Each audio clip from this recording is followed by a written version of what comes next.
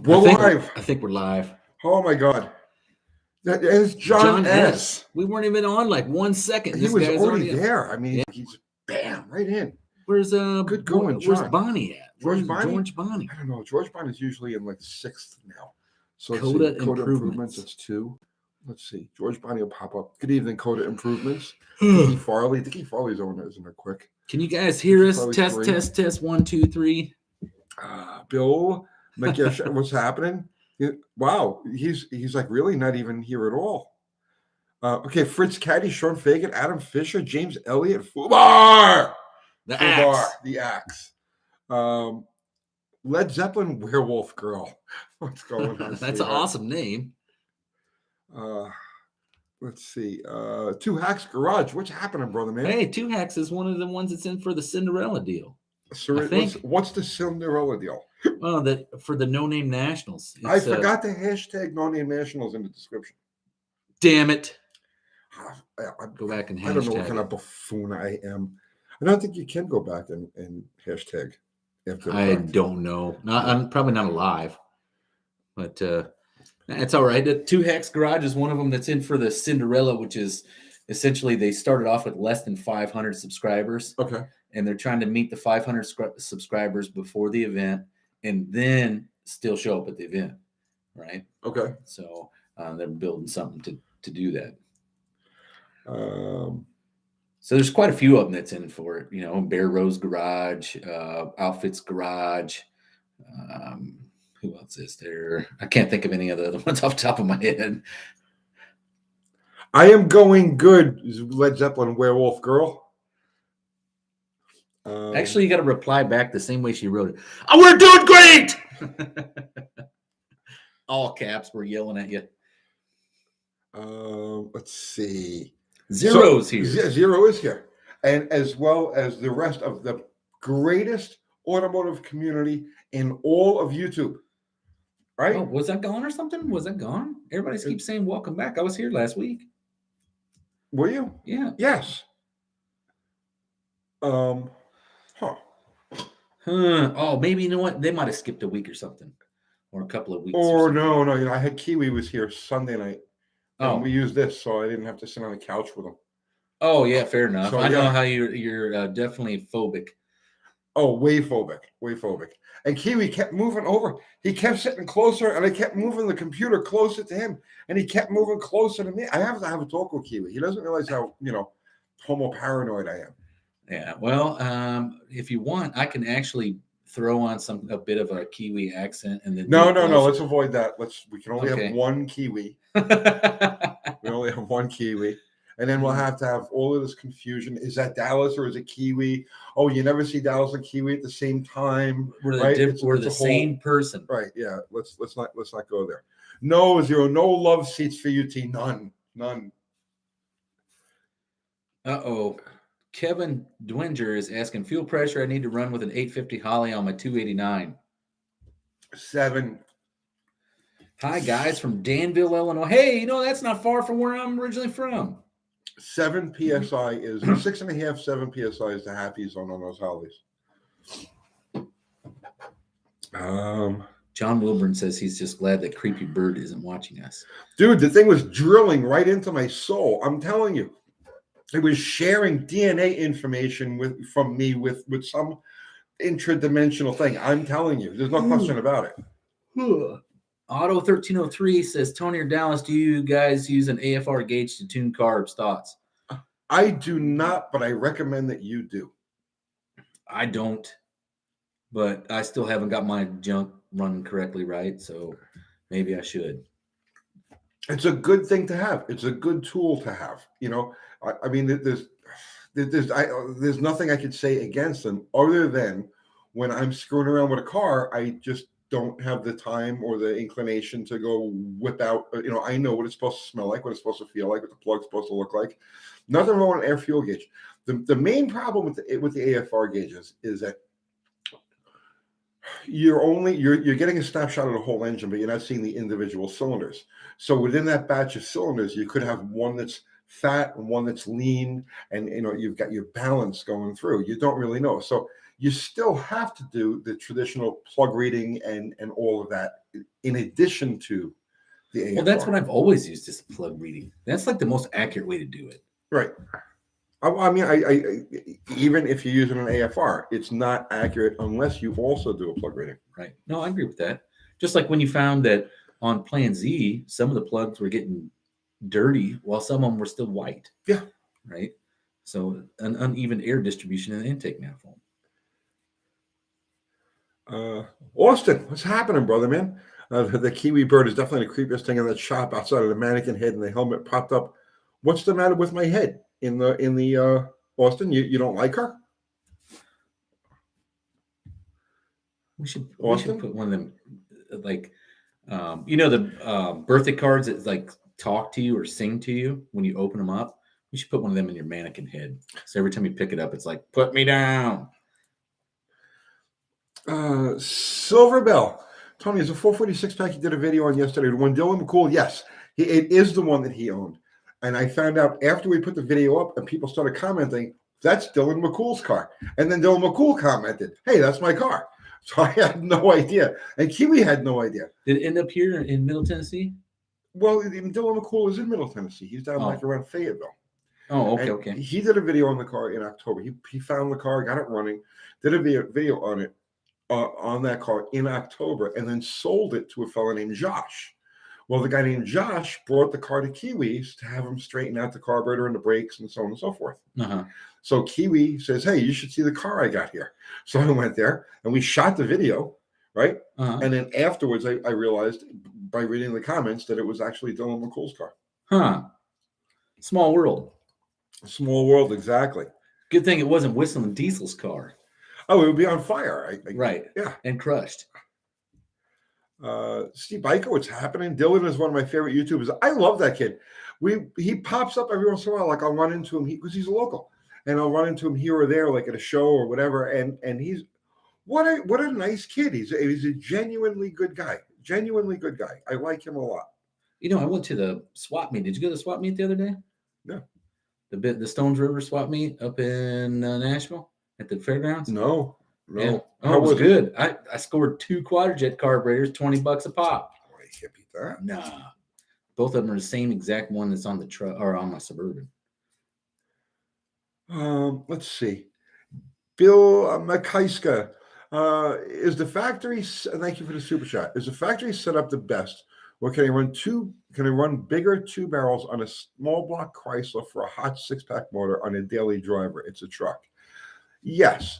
You can get the Ford carburetors, the 2300 series Ford carburetors have the same footprint as the ones that they use in the Hollies. The difference is they have a round air clean, like the air filter housing at the top of the carburetor is round, and the ones on the 6-pack are D-shaped. So if you cut that air, the air filter mounting, air cleaner mounting plate on one of those Ford carburetors, yeah, you can throw it, and you buy those things for $10, $15 at swap meets. And they come in all different sizes. You have like 275 CFM that they use on like Edsols and shit like that, up to like 500 CFM that they use on dump trucks.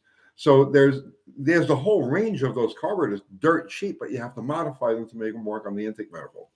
Well, Andy from Unity Motorsports Garage says, what's up, folks? UPS brought Casper goodies today, so the brown Santa has already brought Casper some hot rod parts. Nice. Are you guys still locking it in? And it's, yeah, I think it's 2,500. No, we're at 4,000 now.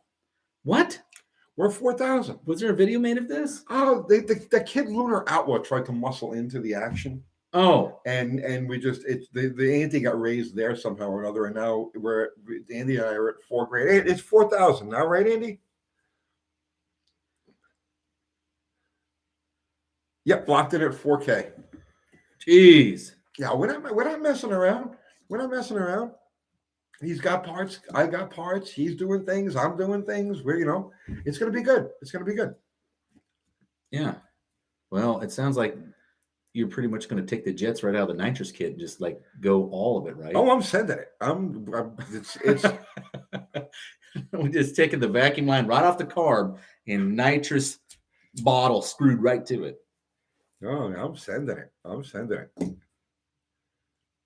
I'm not saying what I'm doing to the car. Oh, I don't blame you. You know what I'm saying? Oh, 440 for sure, right? No, 426 Hemi. No. And people think I'm joking, right? When I say 318, it will absolutely be a 318. There's no question about it. I'll 318 forfeit. Dodge? Yeah. Okay. I'll forfeit. If anybody wants side bets, I'll take side bets. Anybody wants to, it's not a 318, we'll pump it right there on the spot. Ooh, I got a pump too. You know that, right? That's fine. Yeah. Yep. It's going to come up 321 cubic inches. That's because it's bored. Yeah. You actually bored something? Yes. Man. Yes. What is the world coming to? Weird politics, crappy economy. Tony bores a block, right? It's we're not all the there. first time. I've bored. I've had many Lizard many people. These are all the conspiracies. You don't bore stuff unless you have to. I was supposed to go tonight to pick up a block over at Sheckless. That's done. Yeah, I Like 383. I need to run my I gotta go tomorrow 430. morning. That 430 I got that I was like, yeah. let me try to save this block. Dude, I got to one of the cylinders and there was literally like a small person hiding in one of the crevices, right? It was bad. I don't know if it can even be saved, to be honest with you. They might be able to sleeve that one cylinder. Yeah. And if not, no big deal. We kick it to the curb. But yeah, anybody who's questioning what I've got under the hood of that thing, feel free to bring cash. It's going to cost you money to tear it down. You know what I mean? And let's do it. I plenty of money. If somebody's asking you to tear it down, they're automatically going right in the troll seating. That's just not right. No, I'm fine with it. This is not NHRA stock eliminator. As long as they're ready to put up, there's no problem. I'll tear it down.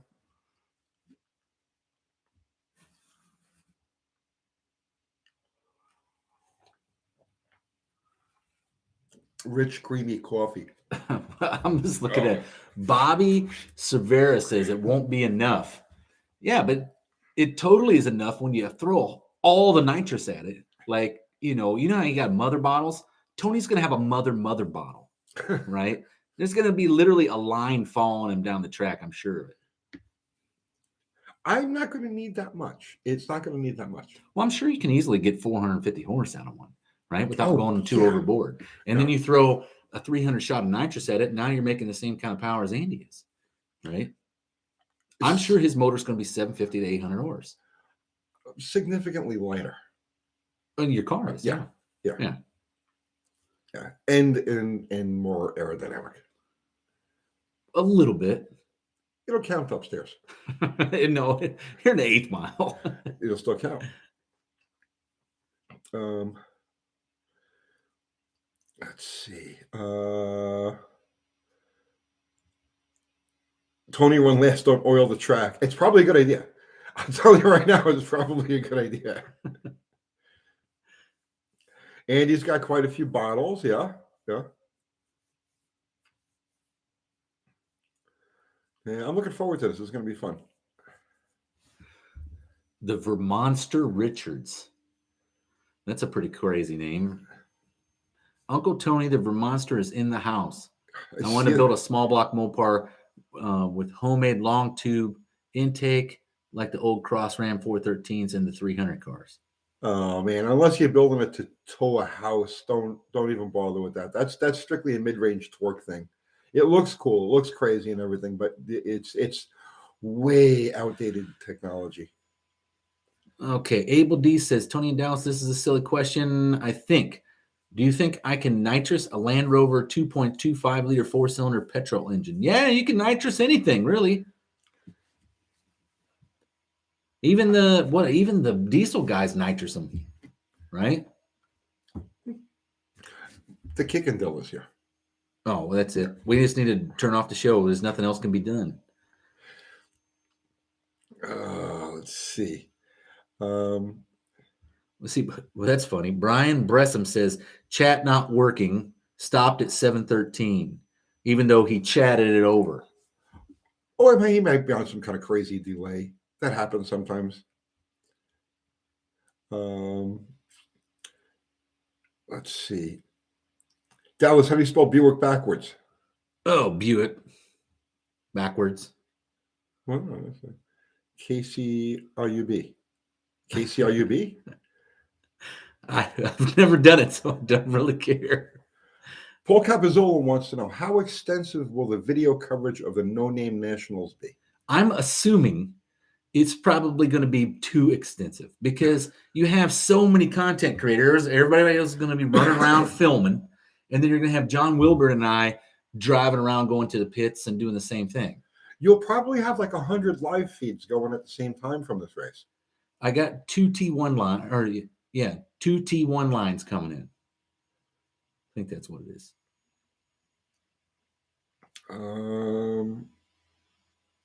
Two T2s maybe.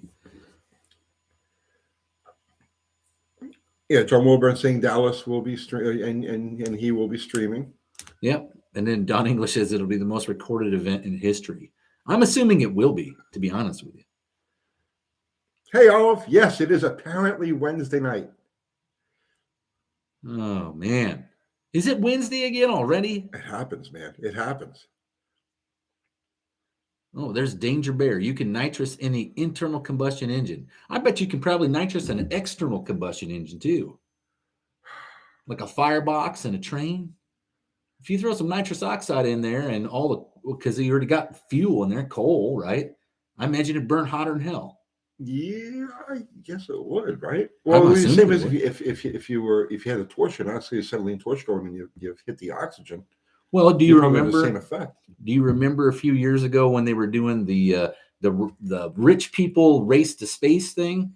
And was it SpaceX that came up with using a block of solid rubber and nitrous oxide as their jet? Yeah. I think that's an external combustion engine, right? That is external combustion. So I forgot about that. I think you could do it. Okay, Mike DiMaio says, can you use LA headers with W2 heads? Yes. There you go. Yeah, the intake is different. The exhaust is the same. Okay, Ryan Walsh says, Ryan from Clarksville, what do you think about coatings for 2618 pistons to quiet them down? I'm not one of those people who worries about piston noise, as many of you have determined by now. So I'm the wrong person to ask. I've never considered coating anything to quiet it down. I figure let them rock and roll, do whatever they want to do, as long as they're happy and friction free. Go ahead, knock yourself out. Go up and down, little fellas. Go up and down. And here's the Kickendale trying to imagine what the external combustion engine with a whole bunch of blowers and nitrous oxide would sound like. Right? It would sound pretty badass, I'm sure. It would sound like a forge. Probably would sound like a forge. Okay, on these new engines with cylinder deactivation, doesn't the piston have to now fight a vacuum of air and suffer from pumping losses, which would make it less efficient? And we're missing something. Do they crack open the exhaust valve on those engines? What's the question? On the cylinder deactivation engines. Uh-huh. Now I know on the old ones, the caddies, the 468 caddy, they bleed down the lifters on them. They got some kind of solenoid operated oil valve in there, right, that bleeds down the lifter and collapses it. But I don't think there was any provision for compression release on those. And I think on the newer ones, they keep the exhaust valve opening for compression release. Oh, okay. Well, that may be the case. I think. I don't know. Well, somebody otherwise here, you would have a whole bunch of you would have a whole bunch of pumping loss. But see, it's not drawing air in from the intake, so then you'd have suction loss too, right? So you'd be hit with it twice because it just create a huge vacuum in the cylinder and then compress it back down. Well, it can't create a vacuum unless the valve is open. No, it'll create a huge vacuum if you don't have the valve open, right? That cylinder would be like, it would want to collapse. It would want, right. You're right. Well, let's see. Somebody, the treasure guard, the cylinders trap exhaust and it acts like a spring. Okay. Abel D, I don't think you'll need to copper coat them 4-cylinder rover engines to get that extra horsepower for nitrous. You just don't want to go over anything like probably 100 shot. Peter Kovac says somebody needs to paint their rig copper coat for the no-name nationals. That's Mike Batista's territory. The copper coat man. Copper coat king. Okay. Well, somebody was saying every country, Mr. Will says, every country has its own classics. Have you seen the cool stuff that Australia has? Like They got cool stuff all over the world. well, the XY Falcons. Just Okay. it's just like South America. All through Right. South America, they have like. Well, here's what's neat about the Australian version was a 4-door, the Subaru 351 Cleveland 4-barrel and 4-speed, and that XY GT HO So Phase you know 3. a lot more about them than I do. Right. Well, and if you go to South America, they were 2-door Falcons, which is the same kind of package, just a 2-door. And I thought it was like, man, that's pretty amazing. But they also have that Charger that somebody always brings up, the Hemi, the 6-cylinder Hemi. 265. Right? Yeah. And it's like, what a weird looking car. I mean, it more or less looks like kind of like a mix between a Dart and maybe a Mitsubishi Charger. I don't know.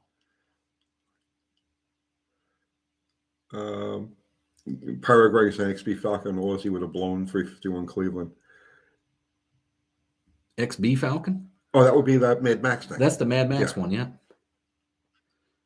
Which I've never seen. You have never seen that car? I've never seen Mad Max. I've seen the car. I've never seen the movie. The Cleveland's a good motor. Well, the heads are good. The bottom end was probably like less than stellar. Didn't they had oiling problems, right? Big time oiling problems. It was the typical thing with all Fords. Oh, really? Windsor didn't have that problem. Well, no. We were talking about this. We were talking about this with Kiwi the other day. Fords had impeccable, beautiful styling, interiors, top of the line across the board. Really, right? Fords did. The only drawback to the Fords of that era was that they had mechanical parts. Okay. Yeah. The mechanical failure issues? Not just parts. Oh. Yeah. Well, my dad told me when he was younger, people hated messing with Fords because if you had a 64 Ford, a 65 Ford, the drag link wouldn't work, right? And like you'd have a different bell housing on the transmission, and the starter wouldn't work because it'd have 3 bolts instead of 2. And he said, by the time you got past all that shit and you're so mad at it, then you take it out on the road and it wouldn't run like anything else, like all the other race cars, the Ford race cars. The Ford race cars would run good, but the street cars just weren't there. Fords had so many issues. The thing that used to drive me crazy with the Fords was the temper on their bolts. I don't know if you ever noticed this, right? But Fords from that era, the 60s and the 70s, used a different temper. They spec'd a different temper on their bolts than General Motors or Ford or Chrysler did. And so they snap really easy. Oh, I did not know that. Yeah. You know, the thing that I have seen, though, 302 Fords where you take them out of a car and it's running and you're like, hey, I'm going to swap it into my car. But at first I'll change the bearings. And you take the main caps off and the crank breaks in half. It falls in half and the fucking thing was running, driving into place. Broken crank. I've never, ever seen that in my life. Throttle Watch. What happened to the Bennett boys? They talk smack, then they disappear. I think they're busy. I don't know. I don't think they've posted anything in a while. Well, I haven't posted anything. I've been working on the dang rule book. And it's literally like 1 step forward, 2 steps back. Because I'll find a problem and I'll go back and fix the problem and I'll get 62 phone calls and 37 emails. And it's just like, oh, God, man. So.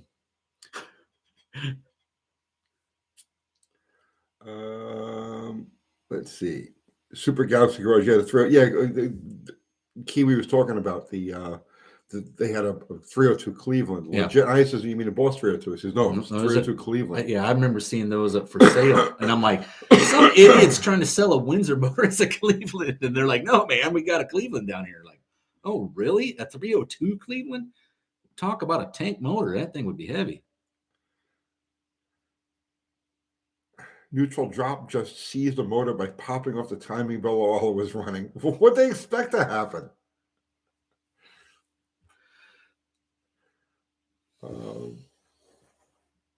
Sounds like someone's going to lose 4 Gs. You're not talking about me, are you? Well, it's either going to be you or Andy. There's only 2 in that mix. But, and down there in Australia, drag racing was big time deal, right? Like right now, it's probably like, well, I don't know about right now, but maybe in the 90s, it was kind of like our 60s or 70s, right? And they had a group down there called the Wild Bunch. You ever heard of them guys? That was like virtually pro mods with fuel motors in them.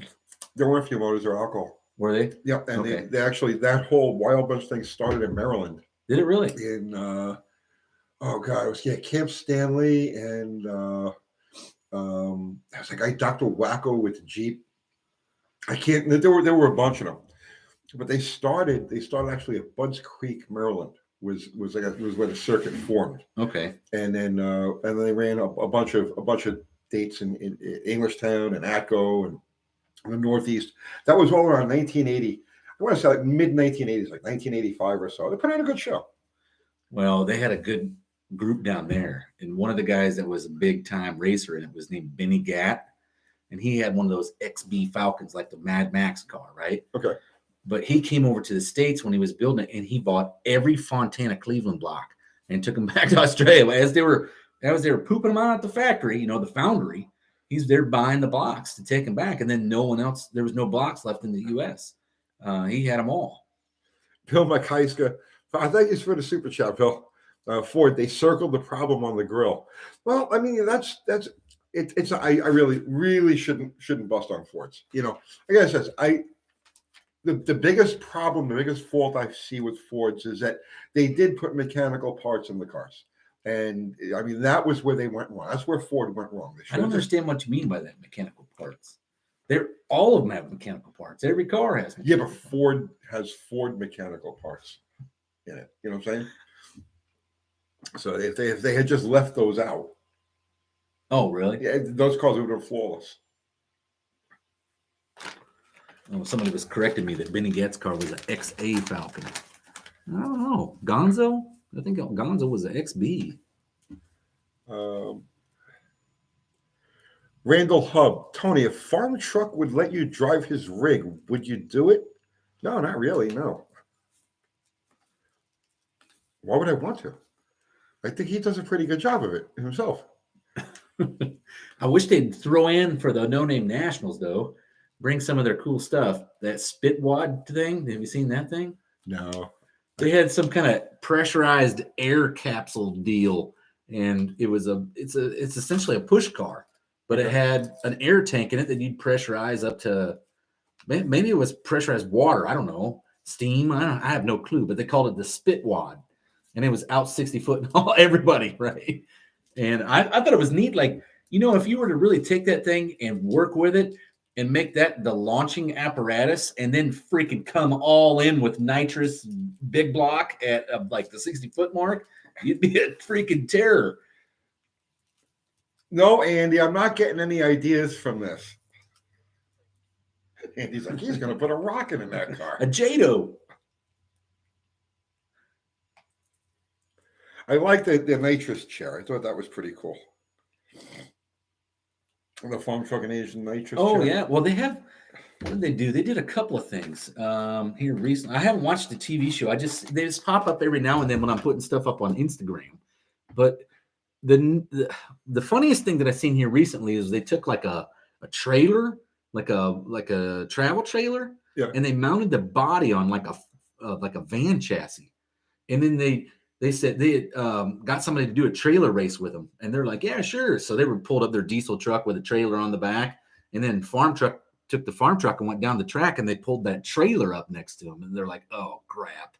Right. And then they ran the trailer. The trailer is a van with that weird looking, I don't know, air screen. That's what they called it. The air screen.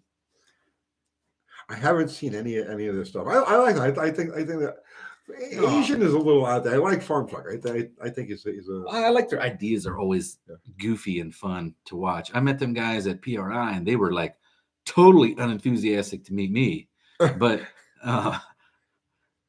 let's see here.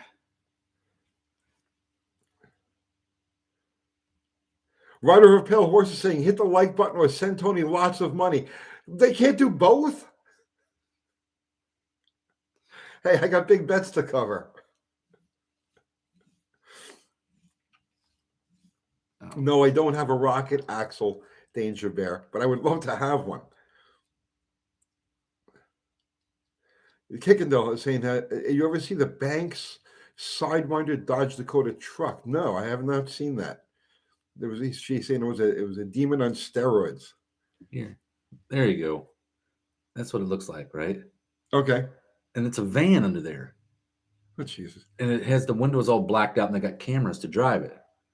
And it looks like a freaking Airstream trailer, see? Or like a, whatever you call it, on a travel trailer. Yeah. There you go. But they were drag racing people with it. Do you accept Monopoly money? Yes. And boardwalks. Who's the bookie at No Name Nationals? I think it's going to be Brian Cabral. After he sings the national anthem for us, he's going to take bets on the side. I want him to announce. I think that would be so awesome. I want him to sing. Did you know he said in one of his videos he used to be a singer? Did he really? Yeah. So I'm thinking, why don't we get him to sing the national anthem? I think that would sound fantastic, right? I just want him to announce. The Kigadell saying on that Dakota, they took a souped-up Cummins 12-valve, made 750 horsepower, and slammed it into a second-gen Dakota. What's the second gen? That's the rounded body style ones? Yeah. Chevy Vans rock. I like Chevy Vans. Matter of fact, at the No Name Nationals, we got 2 short wheelbase Dodges going at it, heads up, right? One of them's a 318 2-barrel, and the other one's a 318 4-barrel. What's that now? Short wheelbase Dodge or Dodge Ram Vans. They're like I don't know what they are, D10s. That's 318 will run in the guy Hoosier's Garage. Hoosier's Garage. Yeah. French Onion Cabral is obsessed with you. The guy makes a video about me every day. He has more videos about me than I have videos.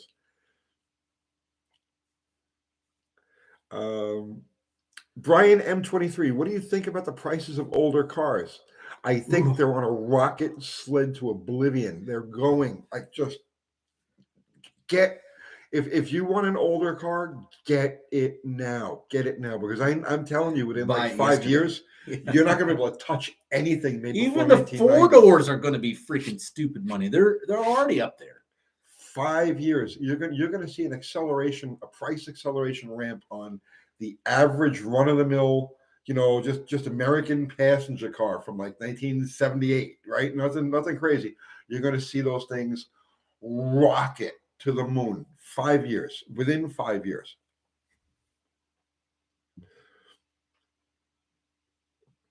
Yes, even the dumb cars are bringing money. Yes, Mike Batista's correct on that. Yep. You ain't seen nothing yet. The stuff that nobody would touch. Like when I was in high school, that's when all them Colonnade cars were everywhere, right? That was the unloved body style from like 73 to 77 GM. You could get them for peanuts. People are buying them suckers up $3, $4, $5 grand now. And it's like, oh man, you're still stuck with that ugly body and the bumpers. Ugh. Don't matter. They're rebuildable. They're survivable. They are, but nobody repops any parts. The only thing I always thought was really cool about them is it had the swivel seats. And I've never seen any other car that's got swivel seats besides a van. Well, the Cutlasses had them. Right, but that's what I'm talking about. Yeah. Those Colonnade and bodies. Fords had them. Fords had them in the 1960s. The Thunderbird. Yeah, but that was kind of an odd deal there because it was only Thunderbird. They also had the movable steering column, didn't they, in the 60s? Yeah, vacuum operated steering column. You open the door and it goes like that. That's cool. Danger Bear. During Cash for Clunkers is to sell liquid glass. Can't recall the brand name to dealerships. They dump it in the oil and rev it till it seizes. I still feel guilty. You should, but that's besides the point. The stuff you were selling, that liquid glass, is called sodium silicate, and that's the same stuff that they use for the head gasket in a can with like Blue Devil, they call it. It goes by a couple different names. That's sodium silicate, and that goes back to that's what they were using to repair radiators with back in the Model T days. So VCMD Propulsion saying, how much would a 69 Marauder 429 go for, I guess? Is what he's asking. That's a pretty rare car, but that was also, weren't they big by then? Like the X100 kind of big? Oh, the 69 Marauder? Uh-huh. Oh, they were gigantic cars. That's what I thought. I don't know. If you're selling it pound per pound, you're probably going to get a lot of money out of it. Chevy Laguna. I always liked the Lagunas. They're beautiful cars. Especially like the S3. The S3 with that aerodynamic nose for NASCAR. They use it to seal wells too. Okay. Well, the sodium silicate, what it does is it senses temperature differentials. So as it goes from a hot to a cold, it changes. It becomes that glass, and that's how it works. That's how liquid glass. And I mean, it's not glass like a window pane glass. It's like a I can't even explain it to you. It's like crushed glass for your blaster. Very extremely fine crushed glass that kind of binds together, it sticks together.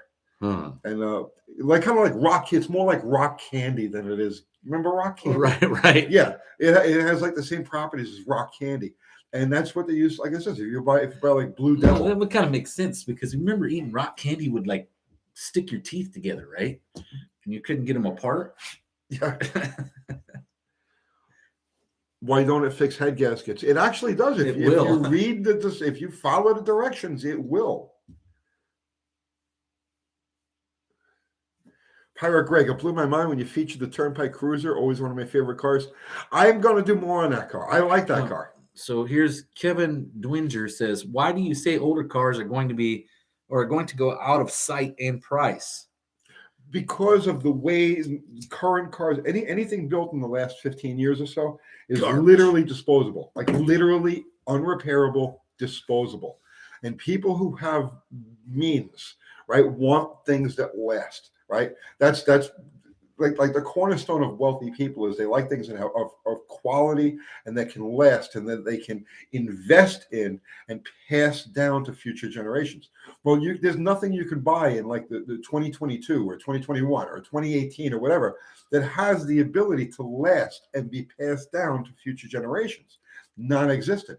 You have to go back to the very early 2000s, and even really, you got to go back to the 1990s before you can find cars that have repairable, replaceable componentry that can be passed down from generation to generation. I think the only thing that's like semi-current is that Panther platform, like Crown Vic. Yeah. So Tony, Auto 1303 says, when lapping valves, is it better to go by sound of grit or by haze of finish?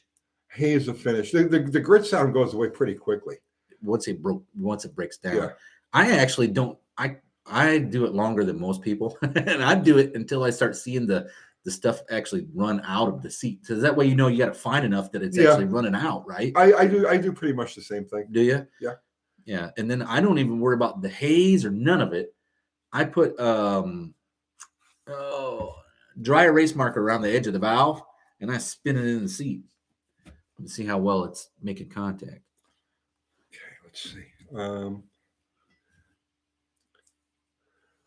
Will my WS6 be collectible? What year is it? Actually, it doesn't matter what year it is now because the newest WS6 would be like 2002, right? Yeah. Again, you see, those cars are a little tougher, right? You get into the 2000s and you still got things like body control modules and so on and so forth. And those are the things that will just, because the more electronic complication and the more specific parts, the more the specific system and part is to a car, the more difficult it is to keep it running and functioning all the way across. So I mean, you take an 1862 Rambler, for example, right? Every single component on that car, every switch on it, every relay on it, you can take it apart, clean it, fix it, solder a wire, do whatever you have to do, put it back together again, and it'll work just fine. Those are the cars that are going to be worth the most as time goes forward. The technician's car, the maintenance person's car. Yeah, when they started getting into electronic controlled transmissions is when I was done. When I'm out, right? Yeah. I mean, $4 or $5 grand to fix one. Come on. It's the computer's doing all the damn work. It's just some freaking solenoids. Travis Mopar Rush, my 1994 Toyota truck will still be running when we're all gone. Yeah. But you'll see, I'm telling you, watch, keep an eye on it, right? If you have any inclination at all about getting into a vintage car, something from pre-2000, let's just say, you better get on it like right now and start hoarding parts right now, because these things are just going to explode. I see it happening. Don't take my word for it. Look at auction prices. Look at the interest and what these cars are bringing. And I'm telling you, it's wealthy people. Wealthy people are running away from the dollar right now. They're trying to get rid of dollars. They want them gone because they see what's happening. Okay. They're diving their money into farmland. They're diving their money into collectibles. They're diving their money into gold, silver. Wall Street owns 7 out of 10 houses right now. Oh, it's crazy. Yeah, it's just the kind of stuff that they're putting their money in. Right. So, but classic cars, I'm telling you, I've been saying it for years. I've been saying it for 20 years now, right? But now it's actually happening. If you have any inclination to get into a classic vintage car, do it now. Borrow the money, whatever you got, just whatever you got to do, get in it now, or you're going to be priced out. You're just going to be flat priced out. The 80s cars are already getting to the point where they're too ridiculously expensive, right? You get like a regular Regal from the 80s. You know how many regular Regals they made compared to a Grand National? Probably 100 billion, right? But now they're all pulling $4, $5, $6 grand for just a non-rusted out Regal, right? You used to be able to get them for $200-$300, but start looking for stuff in the 90s, and the last things you're going to find that's going to hold, that's still a reasonable piece, is your Panther platform, your Crown Vic, your Grand Marquis, and you don't want to go anything past like 2005.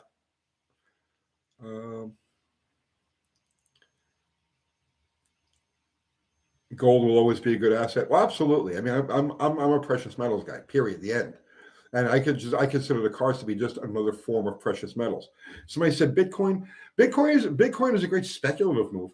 I mean, dive into Bitcoin. There's a lot of money to be made in and out of Bitcoin, right? But Bitcoin, think of Bitcoin as a Ponzi scheme.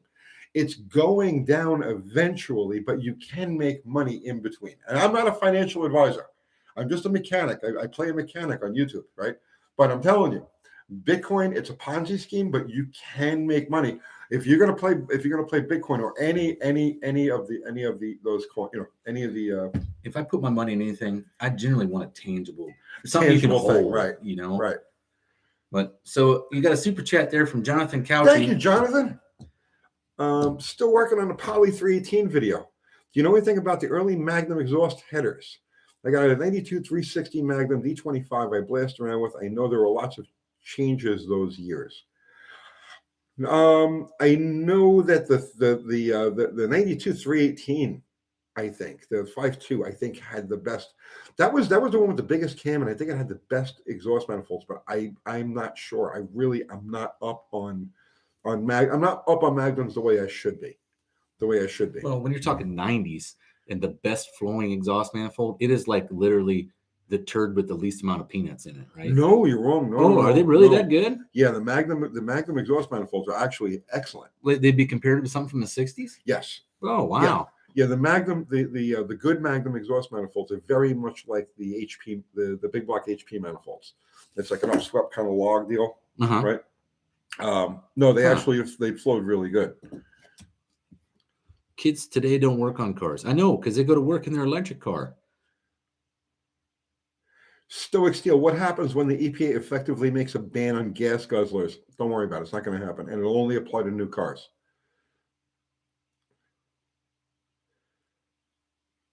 Doug's maintenance shop. Just look at Facebook Marketplace. I'm seeing Chevelles going for 35 to 50,000. Yeah, I know.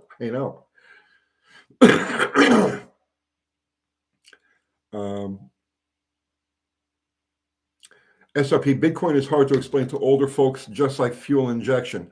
Well, I mean, so are NFTs. Okay, I mean, NFTs and Bitcoin go hand in hand, and they're not explainable because they're not tangible, right? But that's besides the point. I'm not saying not to mess with Bitcoin.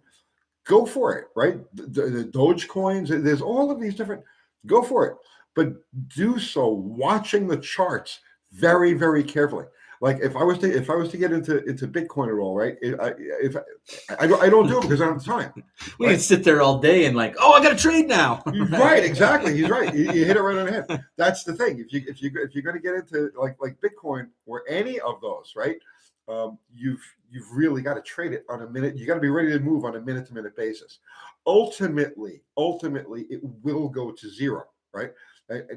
But that's not the issue, right? You can make money with it. You can do it now, but you really got to focus. Bill, thank you again for the super chat. Extra noise and vibration rolling down the road seems to let up a little when going over a bump or turning left. Wheel hub bearing on the front left. Extra noise and vibration rolling down the road. Seems to let up a little bit when going over a bump. Yeah, that's a wheel bearing. Or turning left. Which would mean it's the right one, isn't it? When you turn left, you're loading the right side wheel. Yeah. Yep. Exactly. It's a wheel. It's an axle. Wheel bearing. It could be an axle bearing too. Actually, usually it is an axle bearing. When a front bearing goes bad, you get that eek, eek, eek, eek, eek, right? Yeah, I've had grinding. And shit like that. Oh yeah, and then it gets to grinding. But when you get that as you're going down the road, it's generally an axle bearing. But yeah, it could be front too. But yeah, definitely.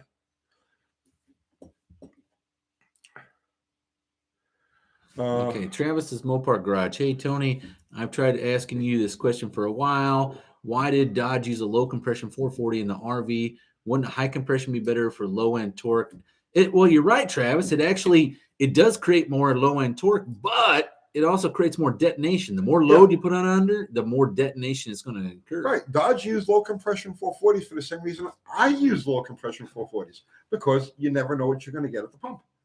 Right? You're dealing with pump gas. You don't know what you're going to get. So just keep the compression on the conservative side and let the thing breathe. Well, the first year I did the AHRA, I built my white Ford. I built a motor for the white Ford for gas mileage, right? And I went after a quench motor, had 10 3/4 to 1 compression with a small chambered head, AFR aluminum head, right? Okay. And I put a really, it is essentially an RV camshaft in the motor. Okay. It was absolutely great. 93 octane, it'd get 25 miles of the gallon on that truck, right? The first time I drove it to freaking Iowa, I realized why it sucked. Because they don't sell 93 octane gas. They sell 91 octane gas, and the damn thing was spark knocking at idle, right? And I couldn't even get out of the parking lot without having to put 104 octane booster in it and all kinds of crap. And that is exactly why anything I build for myself, 8-to-1. Yeah, 8-to-1 armor. Compression is overrated. I mean, I'm serious about that. Compression is overrated. Once you get over 9-to-1, it starts to become a real liability. Focus on getting air in and out of the engine. Don't worry about compression. Get it in, get it out, and don't stress the compression. Clayton, thank you for the super chat, Clayton. I want to bore a 302 5 to 10,000 with standard pistons. The shop thinks that's crazy. What are your thoughts? The bore is good, just a minor lip. No, I've seen it before where people actually took the stock piston, bore them 5 or 6 over, and then put coatings on the piston, takes up that extra clearance. Yeah, and then again, the standard procedure back in the day was to bore a motor 10 and just reuse the stock pistons. And they would knurl them. They actually have a device. Yeah. I don't know if anybody has those anymore. I don't think so either. But I mean, literally just now, I got to go pick up a block tomorrow morning over at the machine shop. I bored 10 over because I'm using stock pistons on it. And I just wanted to make sure the bores were round. You know what I mean? So the reason I did that, I just wanted to make sure everything was round. You should try that. We should put some coating on it. There's a guy here in town that does gun coatings. I bet you he can do the pistons. I don't care enough to really do that.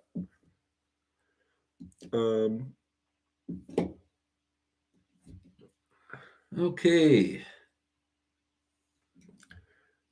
Let's see. Just hone it 10 over. What does this say? Raining slant 6 with a chance of cannonballs. Hey, Dallas and Tony, saw your oil pump vid. Loved it. Just wanted to know pump shaft diameter on BRB and Hemi versus Poly 318s and LA versus Slant 6. Slant 6 don't even have a shaft, does it? No. Okay. No, it has a gear. The big block, small block, Hemi all have the same diameter shaft. So he says, no, the gerator set outside diameters, I think, ODs, and load profiles are the same with different rotor thicknesses. Yes. Yeah, among the different oil pump families, the diameters are the same. The thickness is the difference. Hone it 10 over. Could you literally hone a motor 10 over? It would be so out of freaking round. I mean, I've done it. Well, I've done it too for stuff that I didn't care. Like, hey, I'm going to go back out for my derby motor, right? and it got so hot that it locked up. I just honed it, put some rings in it. Randall Hub was timed out. What happened to Randall Hub? Oh, John Wilburn all over him at 0. The axe. That's what happened to him. Look, there's 3 axe symbols there. Okay, what's this now? Mitten Made Muscle. Anybody else hear about AFR heads selling out as well as Dart heads? Bad stuff. Yeah. There's aluminum issues. I heard they got sold at Scat, and now they're going overseas. That's what I've heard, but I don't know if they're actually going overseas. Buick Smith, Dallas, are the 300 rods the same length as the 350? No, the 300 rods are the same length pretty much as the 351 Windsor, 5.960. What is that? I saw another one. Magic Carnival Clown. Yeah, Magic Carnival. I have a Buick 350 with Edelbrock 750, and I think I'm running out of fuel. Carb is perfect and set up for the engine. I mean, it's entirely possible. I was. If you've already checked the carburetor and the filter isn't plugged, well, those things don't have a filter in them, do they? Which? You got to run an inline filter on a Carter or an Edelbrock. Yeah. Okay. But you start looking at the sock. Yeah, you got the sock in the tank, right? That could be clogged. I've seen the lines get rust on the inside, and it decreases the inside diameter. Yeah, seen that too. But the easiest thing to do is pull the line off from the fuel pump, run some pressurized air back through there. You don't want to go like 100 psi, but 30 pounds of air, it should blow pretty cleanly through there. Take your gas cap off too. Dallas, is your AHR, this is from Larry Friend. I know that name. Dallas, is your AHR the same AHR I ran at KCIR back in the late 60s and early 70s, also the same as the Kimball brothers beat Grumpy to the 9s by 2 weeks at Detroit in 1969? I'd like to think it's the same, but it probably will never be the same, just because the way things are these days. I mean, that was the heyday of drag racing, right? But that's the same organization, just a lot later in life.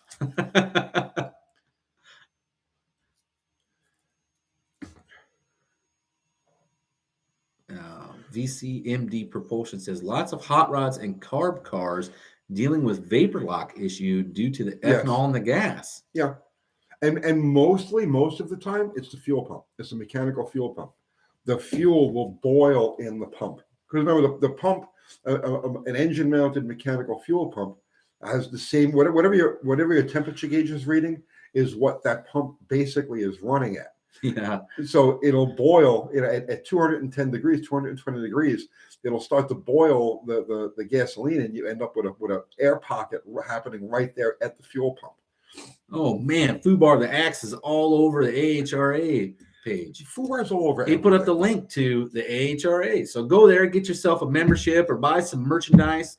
If you don't want to go there and look at the merchandise, which is going to take you to the eBay store, just go to eBay and type in American Hot Rod Association, and you're going to have everything that we sell. And the T-shirts are still on, I believe they're still on sale, $5 off. David J. UT answers Screaming Seaman on his Dakota head gasket question. He won't take an answer from anyone else. I haven't seen it. I haven't seen the question. If it pops up again, I will look for it. How about this one? Is this it? The Screaming Seaman? Oh. Hey, Tony, okay. Question. Yeah. This is 18. I want to use 360 heads. Which size of head gaskets do I need for the highest compression ratio? All small block Mopar heads have a 4-inch plus 40 firing diameter. Right? That's all you need to know. They all have exactly the same diameter. Just find a thinner head gasket. Did I say 4-inch plus 40? I'm sorry, excuse me. It's probably 4-inch plus 60, right? No, it's 4-inch plus 100. Okay, so you can take it out to max bore and still have room. Right. So all small block Mopar head gaskets, doesn't matter if you're buying for a 273, 318, 340, 360, all have a 4.100 firing diameter. So get the thinnest head gasket you can find, but you're only talking like maybe, it won't be a point. It's only going to be like a 0.2 or 0.3, and that's going from like a 50 thousandths to a 20 thousandths. So, you're really, the best bet is to not use the 360 head, which would have a larger chamber, right? On a 318. Yeah. Do they flow that much better? What, the 360 heads? Not really. They're good heads. They're good heads, but the 318 heads are kind of underrated. They can be ported. You can make some decent power. You got to put bigger valves on them in the 273 318 heads. But if, in my opinion, after like screwing around a whole bunch of different heads, the 67 through 69 273 318 head has the best exhaust port, the best contour out of any of the small block Mopar heads. Is that the one you put the fire through, the torch? Yes. Yeah. Okay. The exhaust ports on the 67 through 69 273 318 heads are like right on par with like a W2 head. They're beautiful, and there's lots of meat to clean up and port and everything else. So yeah, you throw a set of 360, you throw a set of 188 160 valves in a set of those 273 318 heads. You got to do a lot of porting on the intake side to get them to actually open up. But yeah, those are, for my money, I would say those are like the best, easy to come by non-specialty head you're going to find. And I'm a big proponent of not shrouding the valve. Bigger valves are not always better, right? If you get more valve shroud out of it, did you really gain anything from the bigger valve? No. That's one of the things with the Slant 6. Guys right away, they go with bigger valves in the Slant 6. And the Slant 6 could use bigger valves. But it has a small bore, like 3.5. 3.4-inch bore. And the valves are right up there against, as it is. There's a big space between the valves. It's an oddly shaped combustion chamber. Can you open that chamber next to the valve so it flows better? Nah, not a whole lot. And then lose some compression, but yet gain some better flow. Not really. Not really. I'm not saying that bigger valves aren't beneficial on a Slant 6. They are, but it's so marginal, and it's at an RPM level where the engine really isn't going to make any power anyway. My Buick 350 problem. Same issues. 3.8-inch bore, right? Yep. And which is smaller than the 318. Man, you can overshroud them big time, easy. Roy Frentrop, airspeed is rubbish with big valves and a small bore. Ducati figured that out. Yes, I know. That's where turbo comes into play, though. Man, will they make some power like that? They'll make way more power than I guess when you start forcing the air in, it makes a huge amount of power. Matt S. Ported closed chamber 273 heads with 188 intake and 160, 360 valves are the best for 273s and 318s. Why not on the 360? Why would you not use that head on a 360?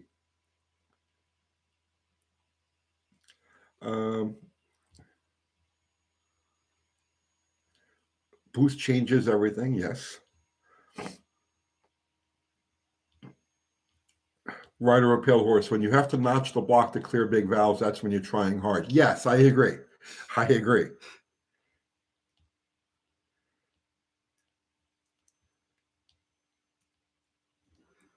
I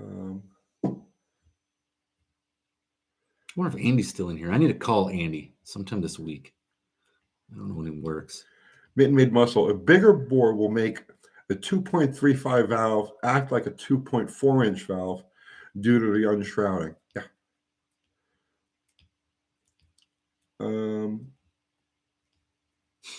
Paul Shea says, Tony in Dallas, why does the wife leave the car on empty all the time? Oh, so that's so that you fill it. So you spend your money to put the gas in it. In time. Yeah.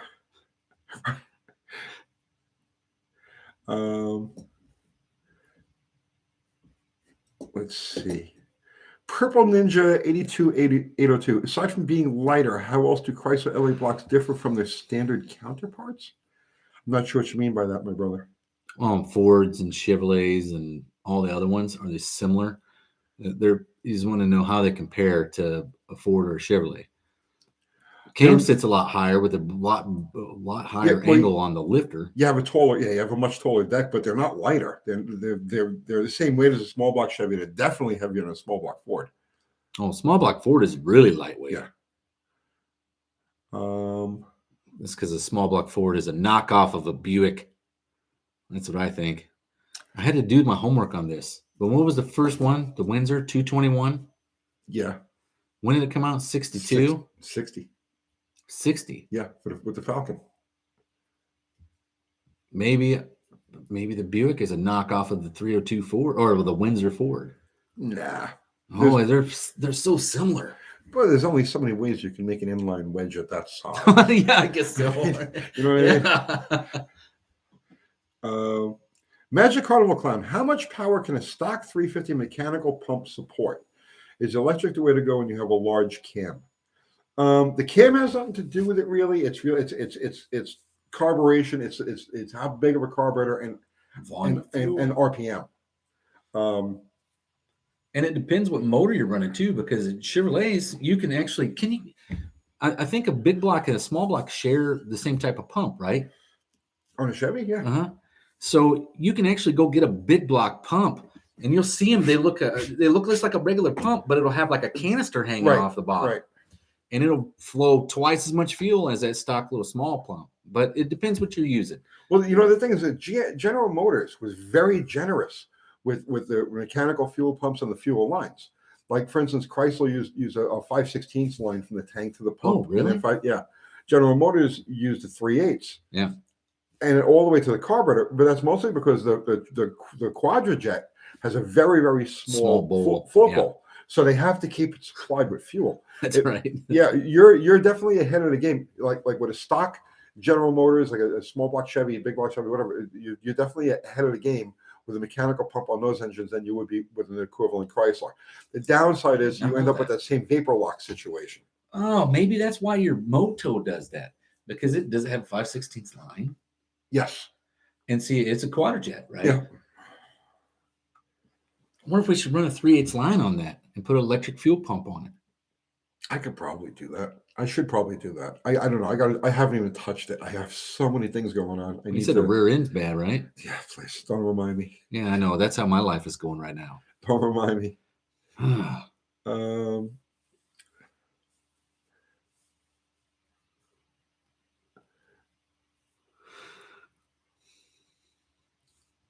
Randall Hub, we have a 65 Chevy pickup that does 12s with a Buick 359.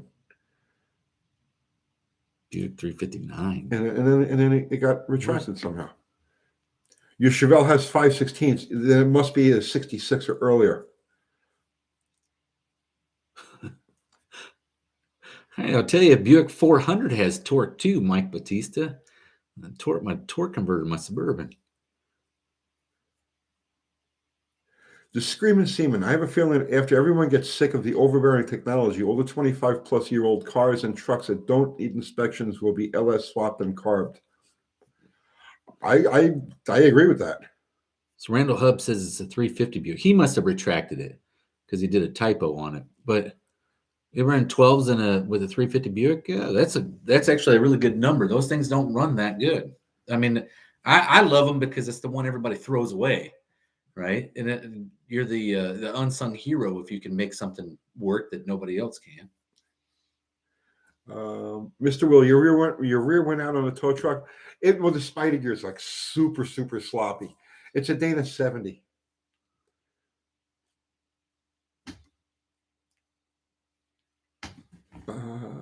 Let's see. SRP, what are you doing to the 833 overdrive to compete with the Ford? Well, you'll have to find out, won't you? Is that some of the secret stuff? Not going to let the secret sauce out before the race? Porsche, what gears? You mean in the tow truck? They're 410s.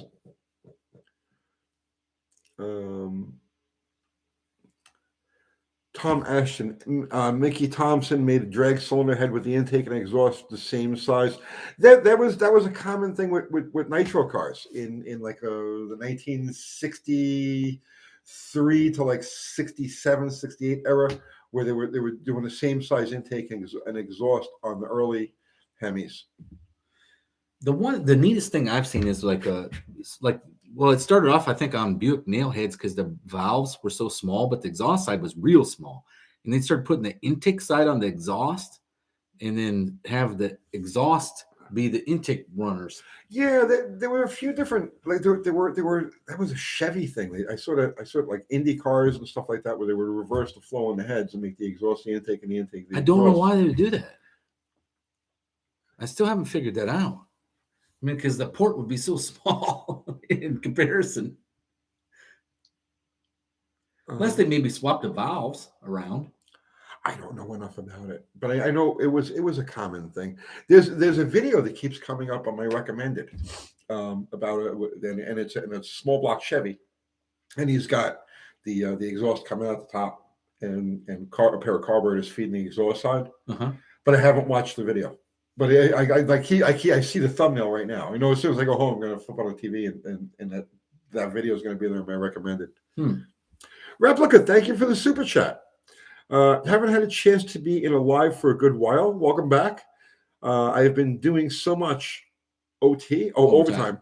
Never That's missed something you don't normal see uploads. much anymore. Yeah, overtime. Thanks so much to the UTG crew. Thank you, my brother. Thank you. He must work for a good company that actually pays people overtime. Yeah, that used to be the common thing when I was a kid. You never saw your dad because he was always working overtime. Right? No, not anymore. Right? I remember going to work and they were like, overtime, what's that? Here you're getting regular time. Right, and 39 hours a week. Yeah. And by the way, you don't get any benefits because of that. Everybody from the millennials on down got screwed. You guys got such a raw deal.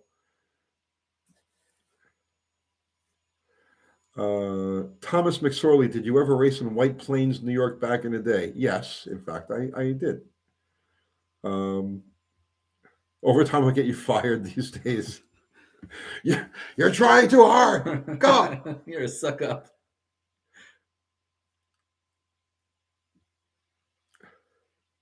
SRP, you ever stretch your valve springs for more pressure? Yeah, before I put them in an engine, I always go like this. You know what I mean? It's like I do that accordion thing with them, right? Or you could just shim them. I started doing that when I was like 9 with valve springs. I wanted to have that Charles Atlas thing, and I couldn't afford the thing that you send away for in the back of the magazine. So I used valve springs and just pull them apart like that. You must have been ripped. Please, are you kidding me? Oh, let's see. The Screaming Seaman, does the Buick 455 take boost pretty well since they suck at lightweight? Since they are suck a lightweight big block. Oh, such a lightweight big block. Which is that now? The Screaming Seaman. They like any other Buick, they do well with boost because the exhaust side sucks on them. But the downside is the big block doesn't like to be beat on hard. You can't go out and wind it up hard. The mains move around. The block is so light and so flimsy that they do eat up main bearings if you spin them up. Wait, I'm sorry. Gabriel DeMarco. Where was that? I don't know. Here it is. Gabriel DeMarco. Tony and Dallas, how much of a difference would aerodynamics make in the 8th mile, quarter mile? Example, Hellcat versus mid-30s gasser. 100 miles an hour is 100 miles an hour. Right, that's how you got to look at it. So if your 100 miles an hour is happening at the 8th mile, or let's say it's 130 or 140 miles an hour at the end of the quarter mile, it still counts. And aerodynamics really start to make a difference in cars over 80 miles 40 an hour. miles an hour. No, I say about 40 or so. Really, you think so? It will go. It's an exponential increase. Right. Oh, of course. Right? And then it takes way more power. Like go from 100, say from 90 to 100 might take 400 horsepower, right? But from 100 to 140 might be 750 horsepower, 800 horsepower. So you got to figure it this way, right? At the 60, how fast are you going at the 60 foot, right? Or how fast are you going at the 330, right? I mean, you're pushing air at at those points. Now, naturally, in a short drag race like an 8th mile, it's not a lot of time, but it is time. It is a difference. It could be a half a car length. You know, I couldn't. It depends on just how aerodynamically handicapped you are. And of course, the further down you go the track, the bigger that gap is going to get. So yes, it does count. It's very hard to quantify. I'm sure somebody who knows much more about aerodynamics and the formulas, because there are formulas to go by with this, can elaborate and like answer that question, like give you exact distances. I can't, but I can tell you that yes, It absolutely does make a difference. And it's logarithmic. The faster you go, the more pressure that you attain in the front. So the more power it needs. Mr. Willis saying that's why vets have been wedge shaped for 50 plus years. No, not really. The wedge shape is not aerodynamically clean. The wedge shape will act as a wing and hold the car down. It creates downforce, but it's not aerodynamically clean. Your ultimate aerodynamic situation is like a teardrop, where it's round and at the round and I think at the Saline S7 or something, right? Yeah. Isn't that what they are? Where they're really round in the front and they narrow in the back? Yeah. Well, the teardrop, anything is teardrop shape. The Jacob Johnson. Right. That's your most aerodynamic. That was the Jocko liner, yeah. Right? Which is the perfect example of tricking yourself out of the ballpark. Because at the time that Jocko built that car in '73 for Garlitz, they didn't understand about load. They didn't understand that the load was actually helping to burn the fuel in those engines and make them run. So they built this crazy slippery aerodynamic thing that was just like beautiful, just a work of art. They put it on the car and it wouldn't run. The car just slowed way the hell down because they put this body on it. It weighed the same as a funny car body, but it wouldn't go as fast as a funny car because it was too clean aerodynamically and it wasn't loading the engine to efficiently burn the fuel and get the mile an hour. So, but no, a wedge-shaped sports car, or supercar, hypercar, whatever it is, a wedge shape is to hold the car to the ground at speed. But that's not the most aerodynamic shape, as far as cutting the wind goes. All right. So Thomas McSorley says, I'm about 18 now, and my buddies and I have been racing out there for a while now. Oh, God. I don't know the history of when you ran at White Plains, New York. Middle 1980s, early to middle 1980s. Was Westchester Avenue, was that the road? The place I remember running there was actually in Portchester, which was where my old partner, Bobby Lagani, used to live. But it was at different times. I don't remember the route. Bro, you're talking about 40 years ago. But I was all over that area, everywhere from Newark, New Jersey, right, to Deer Park on Long Island. Like every place you could think of that was a hot spot back in that day, we were there. Did I say Newark? No, even further out. Front Street on Philly was about as far to that direction as we went, and Deer Park on Long Island was as far as we went the other direction. So you're talking about 100-mile stretch where if there was street racing going on at any given time, we were there.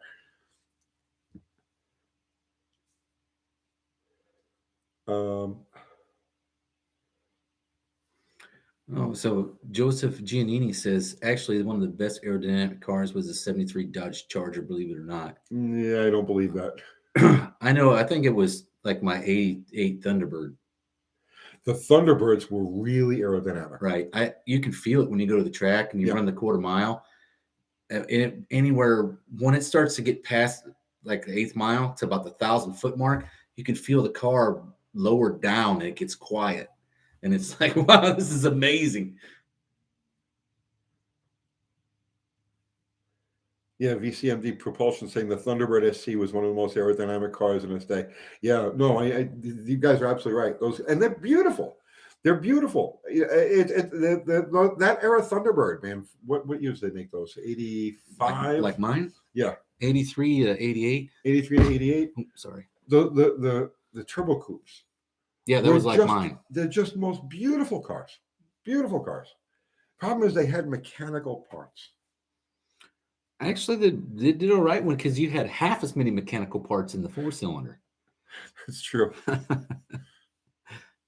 They weren't bad. I remember when I first bought the thing, because mine was a Thunderbird Sport. It was like the 5-liter Mustang, right? It came with a 5-liter. Came with an AOD, though. But it did have a traction lock Ford rear end. And if I would have waited one more year, I could have got one with a 8.8. But wasn't a bad car. When I changed out the rear end gears from 273 to 355, that thing would get 27, 28, 29 miles a gallon. I just don't think it was pushing any air. Let's see. The Turbo Birds I've heard can get upwards of 32. What'd your 5-liter Mustang get? It probably got somewhere in that neighborhood. I don't remember. Well, were you beating on it hard and not checking mileage? I'm sure you were. It was a race car. I drove it easy and slow to any place that it was going to race. You know what I mean? Let's see. Mr. Well, my buddy had an 87 Mercury XR7 with a 302. Yeah, it's just like my T-Bird. Yeah. Good car. Raining slant 6 with a chance of cannonballs. Reason I ask, slant 6 oil pump shaft, 485 thousandths diameter. Its center of inner rotor through oil pump body nose to helix, not intermediate shift that goes. God, I don't know, brother. I may have had a small stroke just trying to read that question. I don't know. I think you got hit by one of his raining cannonballs. I'm just going to go with I don't know.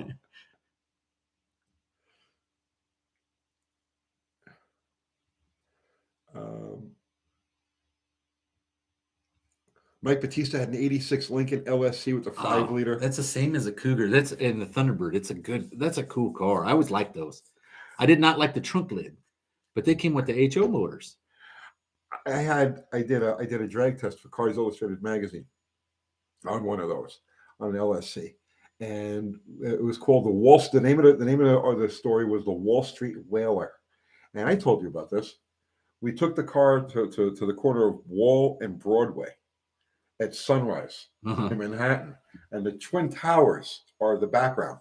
Oh, right behind it. So the photographer laid down in the street on Wall Street and shot up at me like this as I did a burnout in the car. Oh, cool. Right on Wall Street with the Twin Towers in the background. Yeah. And it was a full page thing. I don't have a copy of it. I'm sure one of you guys must have seen it. All the snowflakers probably had it removed from the internet. It had the Twin Towers in there. Probably. How dare you put that in there? But I always liked the Lincoln LSCs. They were so hard to find. God, I don't know. They must have sold one of those for every 200 T-Birds or something. 672E Galaxy remembers reading the Wall Street Whaler story.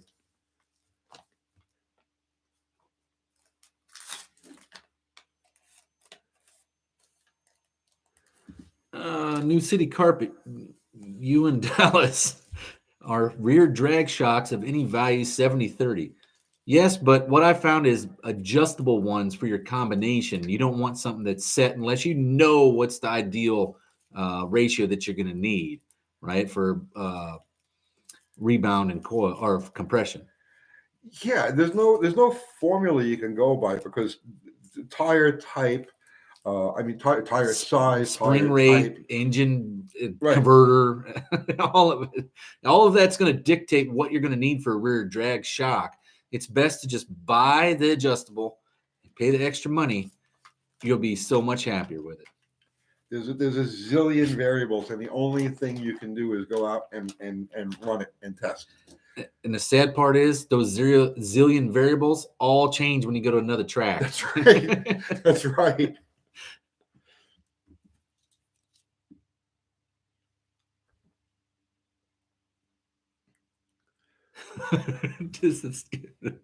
Isn't Doug Narn says, isn't the 81 Vet 4,700 pounds? I think very well be. If you got the optional, what was the ugly thing that they had on the cross ram fuel injection? If you got the optional cross ram fuel injection, it probably was 4,700 pounds. This is a young guy. We gotta get in here. Quentin Hayes. Hey Tony, I'm 19. I've got a couple of projects, and I was wondering about your opinion on them. A 1954 Bel Air 4-door Power Glide. I love those. What's not to like about those cars? Those have the best looking grills that were ever made. Yeah, easy to work with. I mean, relatively lightweight. 88 Porsche 944 base 5-speed. I think 80s Porsches are still within that classic repairable, eternal type of thing. Well, that was the 4-cylinder. Is that a 6-cylinder? I don't remember. That it's a 944. That's the performance one, right? Yeah. The 28 was the 4-cylinder. And the 97 Honda Civic EX Coupe 5-speed, the standard modern hot rod. That's like Yeah, bro, you got some really good stuff to work with there. No, A 54 Chevy, I like a 54 Chevy because it virtually has an engine bay for any GM engine. You can put anything in there. You go to the junkyard, find a 3800 out of a newer car, put it in there. Mhm. It'll bolt right in. They're not complicated whatsoever.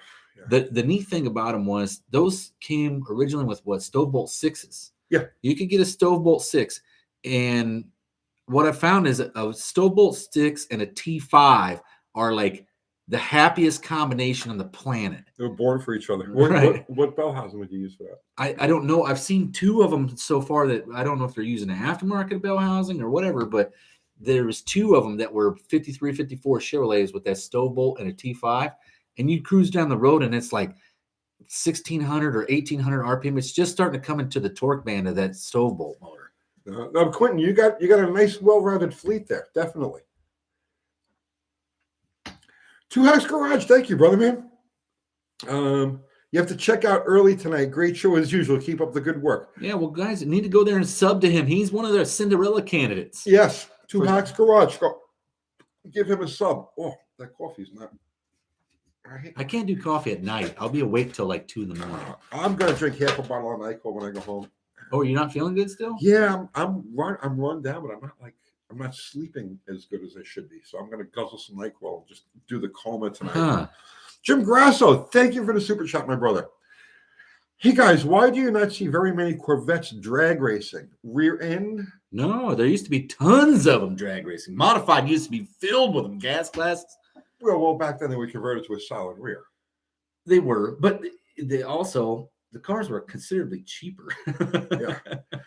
See, as a kid growing up around, I was like, this is no exaggeration, right? I was like, 11, 12, 13. I thought Corvettes automatically came with Dana 60s because the only Corvettes that I was familiar with were drag cars, modified and modified Eliminator, and they all had Dana 60s. So it's like in my mind, it was just 2 of them just went, you know what I mean? I think I was like 14 when I found out they had independent rear suspension. I was like, what? So Buick Smith is saying the V6 Chevy S10 bell housing will work for that T5 swap on that 235 stove bolt. So, and Fubo just put up the link to Two Hacks Garage. Yo, you go there and sub to that guy. Give them a sub. Bear Rose Garage is here too, so he's doing the same thing. So go there and get some Bear Rose in your eyeballs. What am I doing here? I'm screwing this all up. No, you're doing fine, bro.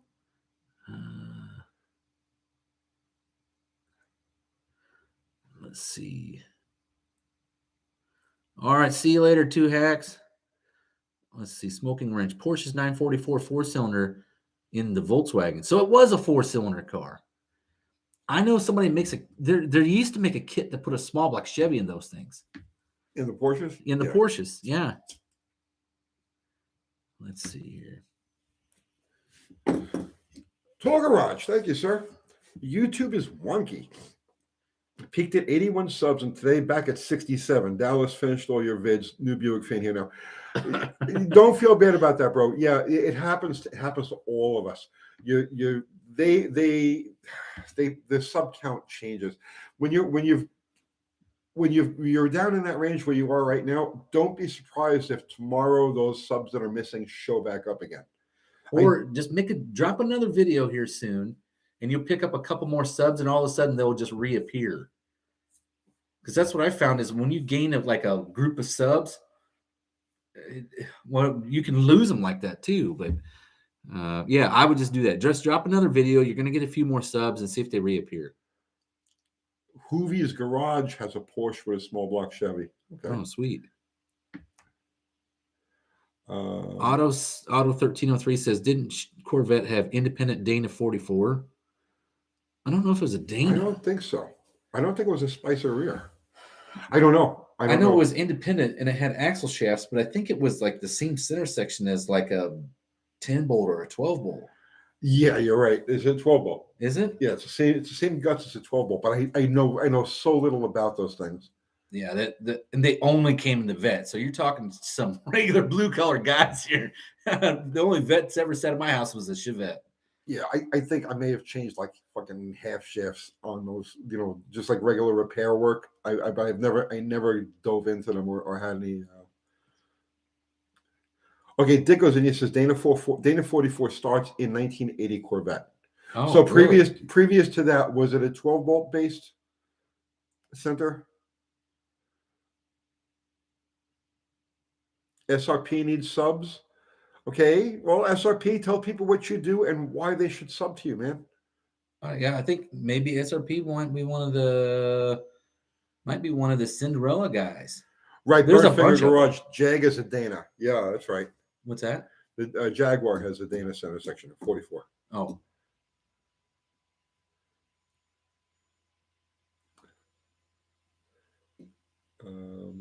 yes, 12-bolt posi is what Mike N is saying. Okay.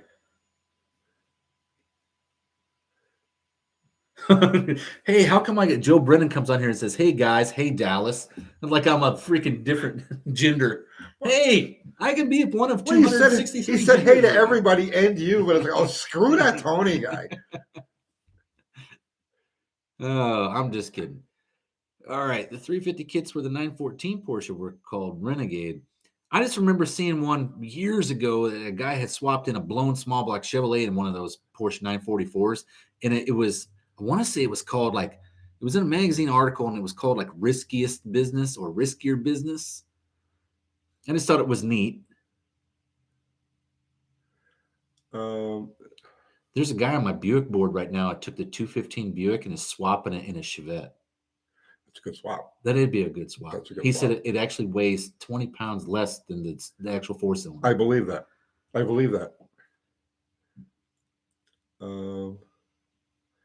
Let's see. Oh, that's right. Joe Brennan says I'm the manliest man, right? I'm a manly man, so that's why. Okay, well That's why I'm that's good. I'm separated. glad you guys got a thing going there. I'm very cool to be left out of that. Jay Bill says, "Would you LS swap a Hummer?" Would Yeah, I do it? What H2 and H3 were all LSs anyway, right? So I'm assuming maybe H1, which had 6.5 diesels. I'd Duramax one of those suckers. If I had a Hummer, it would definitely. I would want a diesel on that thing. There's nothing wrong with a good 6.5 though either. VCMD propulsion. I hate working on Dana 35 and 44 due to their dumb pinion angle. How does the pinion angle affect working on them? Joe K, Tony Dallas, GMC Cyclone Typhoon versus Buick GN. I don't know. I've never ridden in either one really. I like the Buick Grand National the way it looks, but man, there's a lot to be said about all-wheel drive. And the 4.3s, weren't they prone to blowing up like big time? Well, so was the V6 Buick, so I guess they're on even keels there. But all-wheel drive, that would have to make it all kinds of fun, right? Did you ever test drive one of those for the magazine? No. They were only like a couple of year thing, right? I don't even remember the years. It was right around when I was graduating high school, because I remember seeing a couple of them on the road, and you'd be like, "Wow, a Cyclone!" It was after I got out of the magazines and was like really concentrating on fuel cars at that point. 92, 93, somewhere around there. Need metal, thank you, sir. I've worked on a couple of late 70s Trans Ams lately, put them on a frame lift, and the front door stuck shut. Yikes, that's some sag. Yeah, that's what they're known for. Those doors are like just insanely heavy. I think they just filled them with lead just for shits and giggles. Just how heavy can we make this door? You know, my buddy had a 73 El Camino. That's another one. The doors on that sucker must have weighed 150 pounds. That's another one. Oh, God. Charles Gould, if you eliminate PCV, you should use a catch can. Why would anybody ever eliminate PCV? Why would you do that? Why? So Dust Devil Garage is another one of our 500 sub Cinderella guys. Bear Rose Garage is as well. So if you have a chance, go over there and sub to these guys, because they got to have 500 subs to make it to the No Name Nationals. So they're panhandling for subs right now. Okay. VCMD propulsion. The pinion has a up and down torque from where they placed it. It's higher than most other axles, so the bearings go out a lot. Okay, so the pinion is placed kind of in the middle of the ring gear, close to the middle of the ring gear, because that's the weakest place to put one. It's where you get the least. It's where you get the least amount of parasitic loss from a ring and pinion. But is it 35 what they use in a Jeep?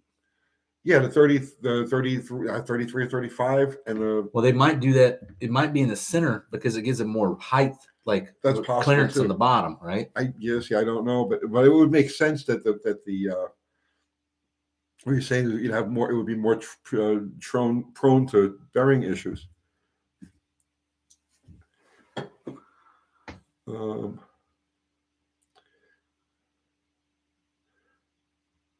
So Screaming Seaman that's saying that the 455 that they built in their Gambler car, after beating on it all day, it spun a rod bearing. Yeah, probably number 7 rod bearing.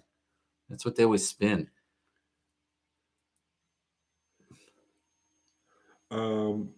Robert Schreiber, Dallas, I think this might be in your wheelhouse. Another YouTuber, Dennis Collins, Coffee Walk.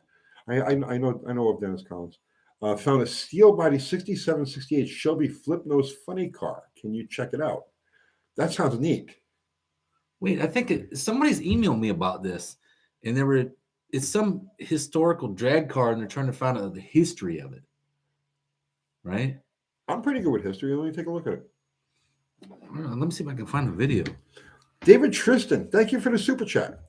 Tony, I melted a piston in a 4.36 from a lean condition under boost. I found that all 6 pistons had broken skirt on one side. What would cause this? All 6 pistons had a broken skirt on one side. You had to run into some crazy detonation, bro. That's what it is. Yeah, crazy detonation. Broken skirts, though? Oh, God. What? The only thing I can, and they're all on one side. Jesus. It would have to be detonation that's doing it. If they're, because I could see like if one was broken, what would cause that, right? But all of them on one side, right? It's that's the thing. When you run into so melting the piston, you might have started with a ring. I don't know if you were gapped for boost, but the ring could have butted, broken, or put a crack in the piston, and then that'll torch out. So that'll give you the impression that you melted the piston, but it was actually a broken piston first. I'm wondering, since it's all on one side, is that 4.3? This is a boosted 4.3, right? Probably in a Cyclone or Typhoon, I'm assuming. I don't know. But either way, I wonder if that thing's batch fire fuel injection, and because that would make sense for one side, right? Because it fires each individual side at a time. Yeah, but what would that have to do with breaking all 6 skirts? Oh, when you run into issues like broken skirts, or broken pistons, it's 99.99999% of the time detonation related. And detonation, I would have to agree. Yeah. Detonation isn't always something that you're going to hear.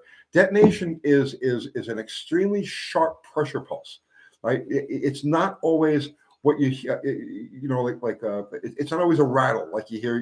Like you drive down the road and the motor's you get pre-ignition, it's going you're knocking. It's not always like that. Detonation can take the form of just an extremely sharp pressure pulse that you don't really hear audibly. And it could also doesn't always have to happen at the top of the stroke. It could happen halfway down. It just depends on the conditions inside the cylinders. If you get a temperature spike, if you got a lean condition, let's just say, and you got a temperature spike, let's say 20, 30, 40 degrees past top dead center, it won't make a noise, but you will have that damaging hammering on the pistons. So I'm going to say it's definitely a detonation-related issue you've got there. But what caused it, I don't know. So, Dennis Collins is trying to find anybody that can help with the history of this Mustang. Shelby. It's a Shelby Mustang. That's the back of it right there. Okay. But it's got injected small block Ford, looks like. Every other component we can find that's original Ford in this car all has the same date code within a month, 3 weeks. David Tristan, it was a stock engine with less than 60,000 miles on it from 91. Man, I'm thinking you're feeding too much boost to it. or not enough fuel. Yeah, not if the enough thing was good never fuel. opened up and you get your stock ring gaps in there, that's an issue right there. This is from Illinois. I bet it would have ran a US 30 or Assumption when I was a kid. Oh, the whole show is, oh my God, it's 39 minutes long. Okay. Well, look it up later.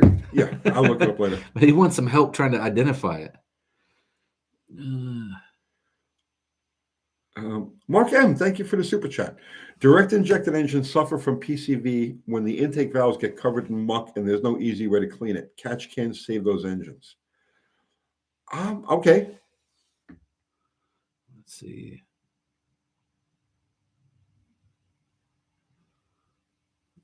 Buick Smith trying to build a Buick-powered El Camino or a Buick-nosed El Camino. I always wanted to do that too. My buddy ended up with a 66 Le Mans, 67 Le Mans. The body was just rusted to death, and I tried to find a 66, 67 El Camino and swap the nose on it. We were going to call it, instead of El Camino, we were going to call it the El Mans. I thought that'd be kind of cool. El Mans. Yeah.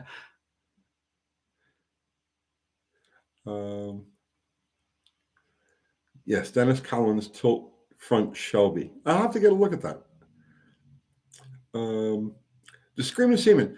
Tony, I know you're a Mopar guy. He's not. But do you think a 1994 F-150 5-liter regular cab 4x4 and 5-speed with 106,000 miles, do you think this would be a good buy? 94? Yeah, I think it's a great buy. That's what I drove here. Yeah, seriously. With the 5-speed for sure. Yeah. I mean, if you get it at a good price, that sounds like an excellent truck. Yeah, and don't forget, because that'll be the Mazda 5-speed. So if it does ever go tits up, the 3/4 ton had the ZF 5-speed, and it's a direct bolt-in, and it uses the same cross-member and drive shaft. Oh, look at this! You got people trying to buy it from you already here.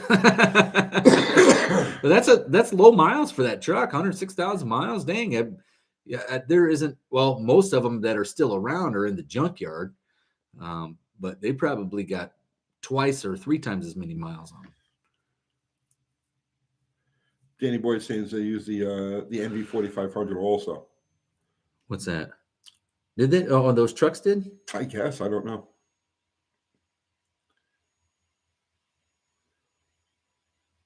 Huh.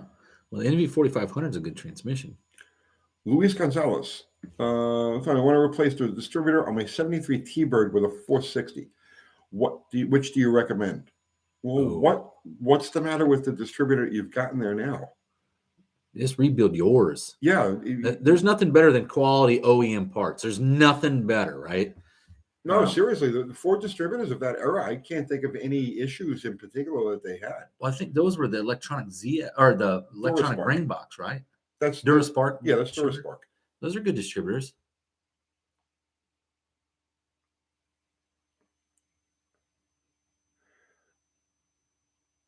I was looking for.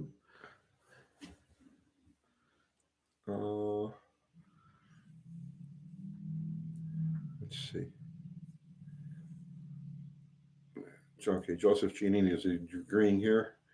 Adrenaline Channel, 4.3 motors have short skirts. I had high miles TBI 4.3 that rattled the skirts on cold startups here in Michigan. Do they have the 4.3's got the same skirt as like a 305? I think it's actually like a 350. Is it a 350? I think so. It's 265 cubes, and it's 6 cylinders.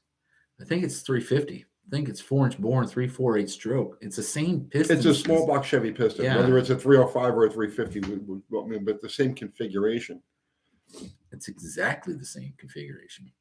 When those things were fairly new, them 4.3s, they were good. And the S10s, they were fast for what they were. You know what they were fast in? Those freaking Astro Vans. Oh, really? Yeah. I never drove one. The Astro Vans were pretty quick because they were light. There's really not much there. Right. It's just a big box. Right. It's literally an S10, right? Right. With just a square body on it. Right?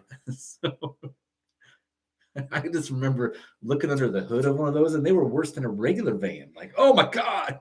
Yeah, but they flew. I don't doubt it. I wonder if there's those, those must have all went to the junkyard early. I don't see them anymore at all. Yeah.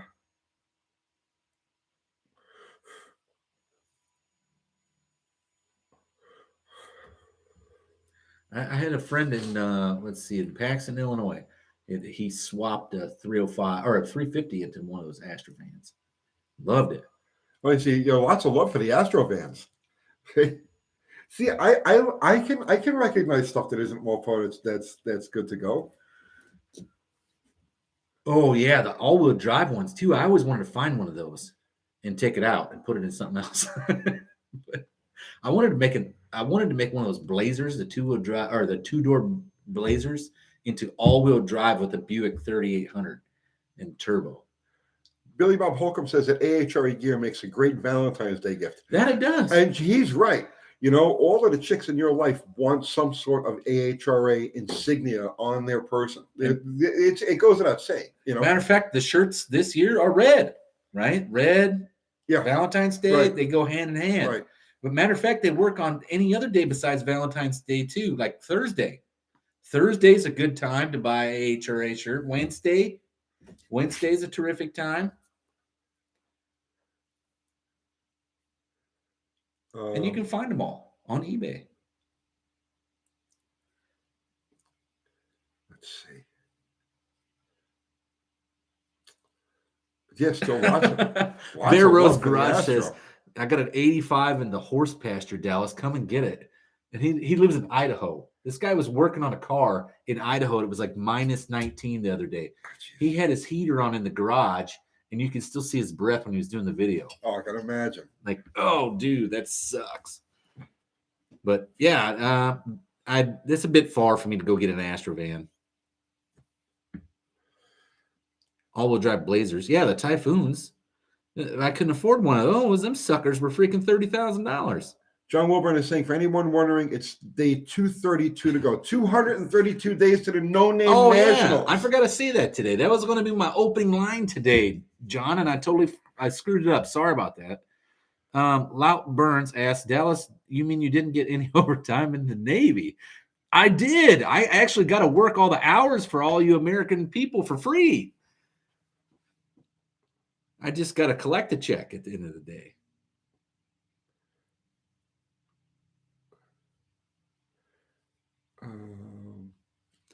Yeah, if you guys don't know what the days were like in the Navy, we would be like stand watch. So that means you're awake from like 2 to 7. And then you would sometimes like 2 to 7, then you'd pull into port and you might have the first watch, the 8 to 12. So then you go from watch, like whatever your job is, and then you go on watch, quarterdeck watch, and then you might have to work all day from that point forward, and you might have another watch. Freddie left you. Thank you for the super chat. Freddie left you. I've got a 72 406. Basically stock heads, Edelbrock low-rise intake, quadrijet carb with headers and exhaust. What kind of power should it make? Thanks. Ooh, well, it's got basically a stock head, right? So a 72 head. Oh, God. Low-rise intake, quadrijet carb, headers and exhaust. A basic rule of thumb for this, it's got an Edelbrock intake, the quadrijet, headers and exhaust. I'd say maybe 1 horsepower per cube, maybe 400. No, that's really optimistic. No cam. I would say probably in like the 325 to 350 range if it's tuned well. About right. 1 horse per cubic. Basically a stock head, right? I don't know what stock heads he's running. Is he got some 292 turbos, or are they just 400 heads from 72, which are probably not even that bad, really, right? It's going to be in the 300 range, 300 to 350 horsepower or thereabouts. Griffith's Garage was a Navy CB. All right. Well, hey, CB brothers. How big is that rock chucker? It's fairly large. Rock chucker. I have no idea what he's talking about. Freddie Lefty says just 400 heads. Joe Brown wants to know when they're gonna see your Cleavor. Well, you'll probably see it on Tony's channel before you see it on anything I do. What am I doing with it? You want to work on it so bad. Yeah, I mean, we should do something with it, right? Well, I think you should probably get it out of hiatus and get it running. I don't know about dragging it to the No Name Nationals. I already got a travel trailer going there, and it sounds like my Lemons car is going there, and maybe the Suburban. And so I already got an entire caravan leaving my house going to this No Name Nationals, and I don't want to have to make 4 trips to go there. Oh, Rock Chucker is in Rochester. Okay. Bear Rose Garage says, it sounds crazy, but I grew up next to a Navy submarine training base in the middle of the desert. Huh, there you go. Oh, he's in Idaho, right? We had to do our best to get our cars to do what those bored Navy guys had. Oh, if he's in Idaho, that's where they have like I want to say that's where the nukes go to school at. Austin Mazukis, what is a 67 Belvedere? It's just in my backyard. Tall Garage, thank you, sir, for the super chat. That's the second or third one from Tall Garage. Thank you, Tall Garage. Yeah, he's. So since we're on the subject, I'm building a Cyclone clone with a new Generation 5 4.3. It's an LSLT based, so come sub. I pick up the cab on Friday. Oh, okay. He's promoting his channel. Oh, all right. I think Tall Garage might be in on the No Name Nationals too. Well, I believe so, and that's why he's so go give Tall Garage a sub.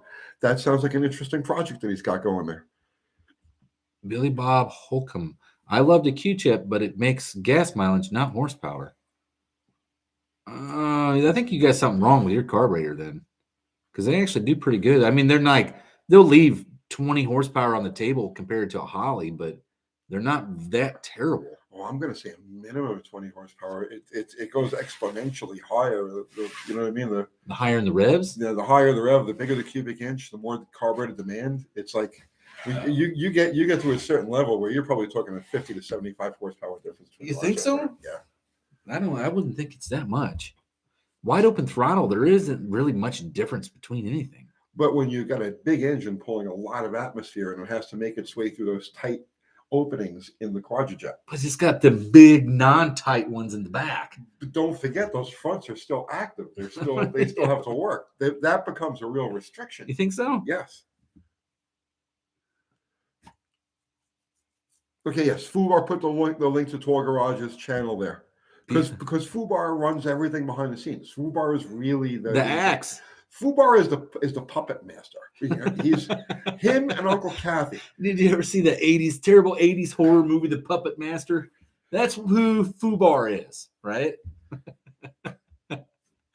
So Buick Smith is asking me, what does my Suburban have, a Turbo 400 or 704? Right now it has a Turbo 400, and I just found out today that I think the converter's trashed in it. So John Wilbur is saying Fubar is the best mod on YouTube. Wheelie King is agreeing with me. Those huge primaries will fool you. Well, they're tiny primaries and the huge secondaries. But they like at moderate RPM, moderate pull, right? Let's say a 350-inch engine at 5,000 RPM. Yeah, it'll get everything through there, right? But you get out to like 450 cubic inches at like 6,500 RPM.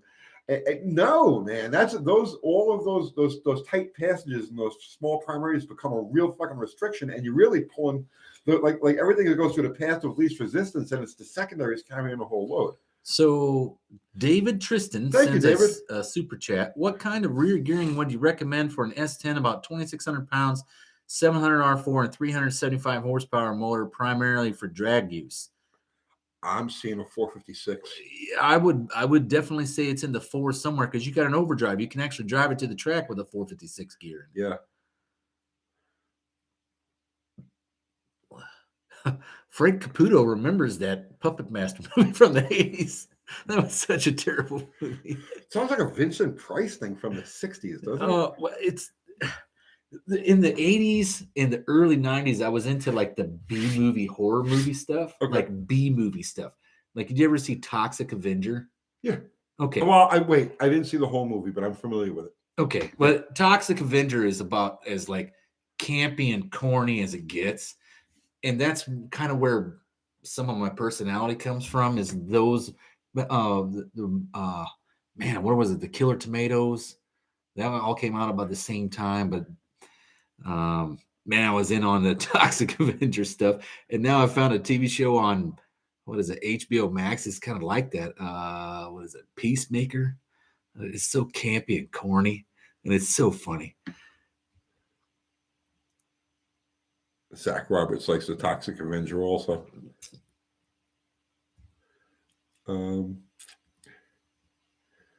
Reanimator. That was like a Vincent Price thing, wasn't it?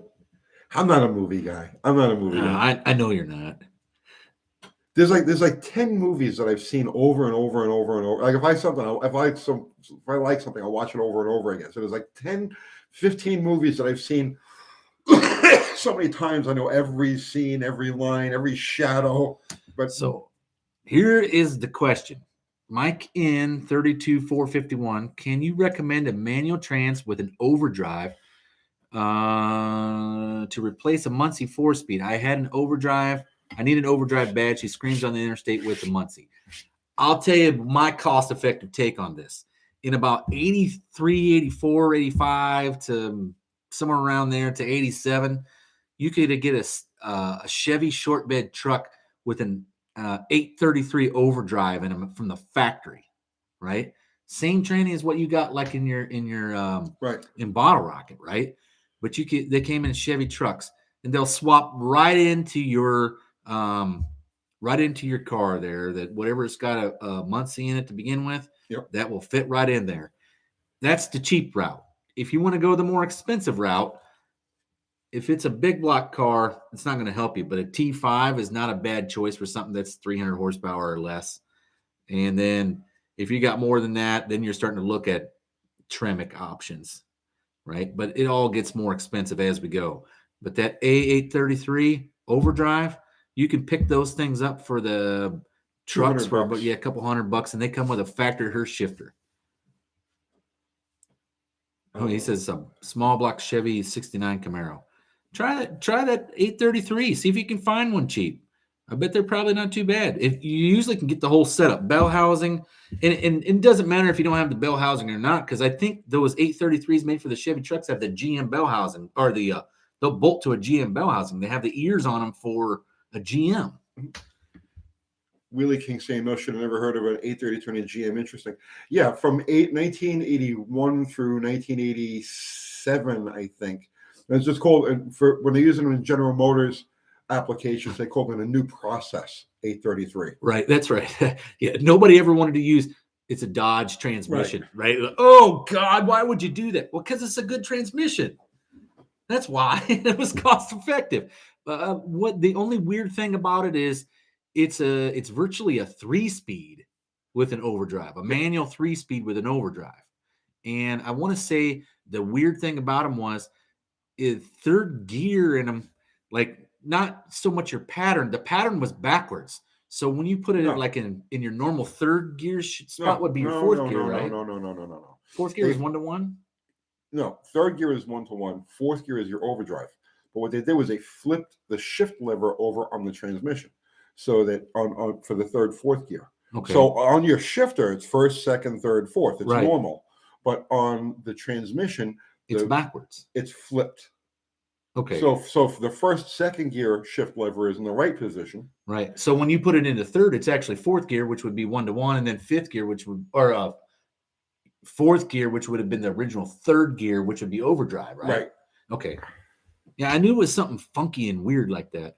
It is a neat transmission, and had I known that those were options back in the day, I would have been all over them things.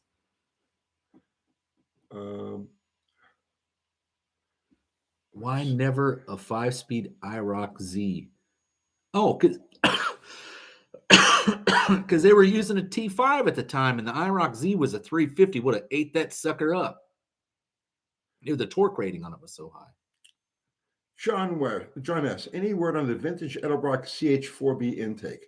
Used one on a mostly stock 67 440. Looks like a stock intake. Read they made decent power increases for what they were. It's this.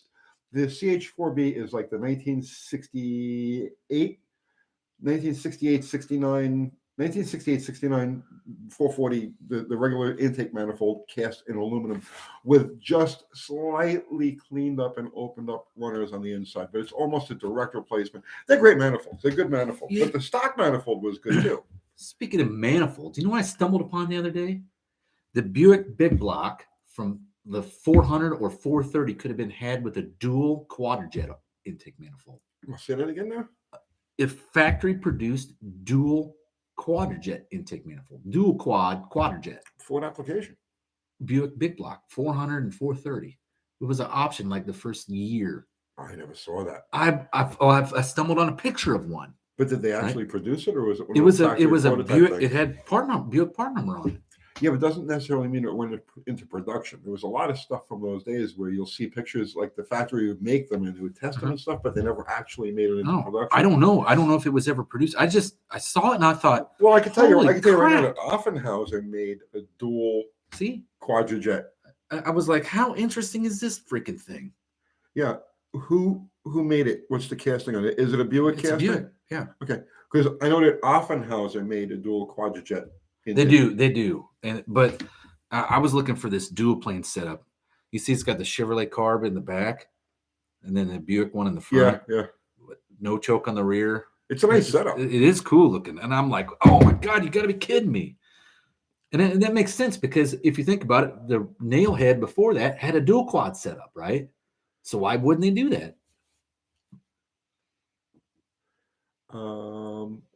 Let's see. Yeah, I think the only problem with those 833 overdrives was in there the huge drop between each gear. Between first and second. First you and go from a second. 308 to whatever, to a 180. Whoa, it's got a 308 first gear. Yeah. Which is why I stuck it in that car.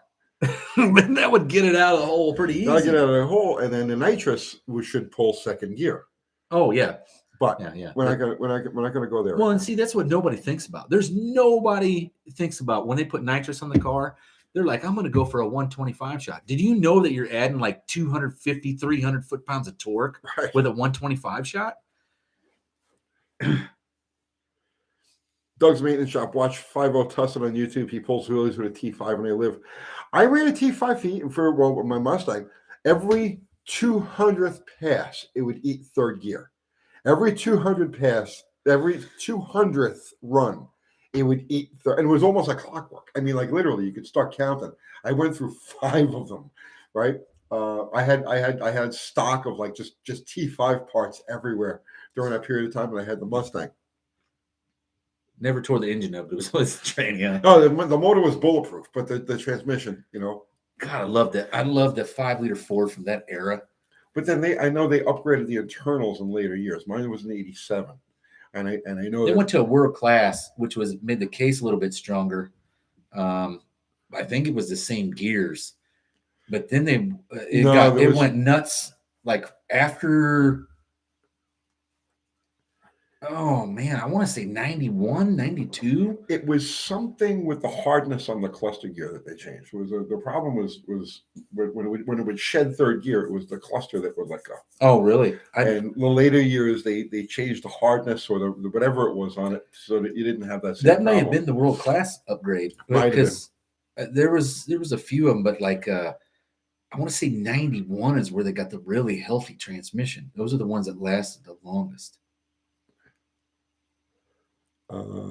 Case and synchros. Okay, so one for the road saying it was the case and synchros.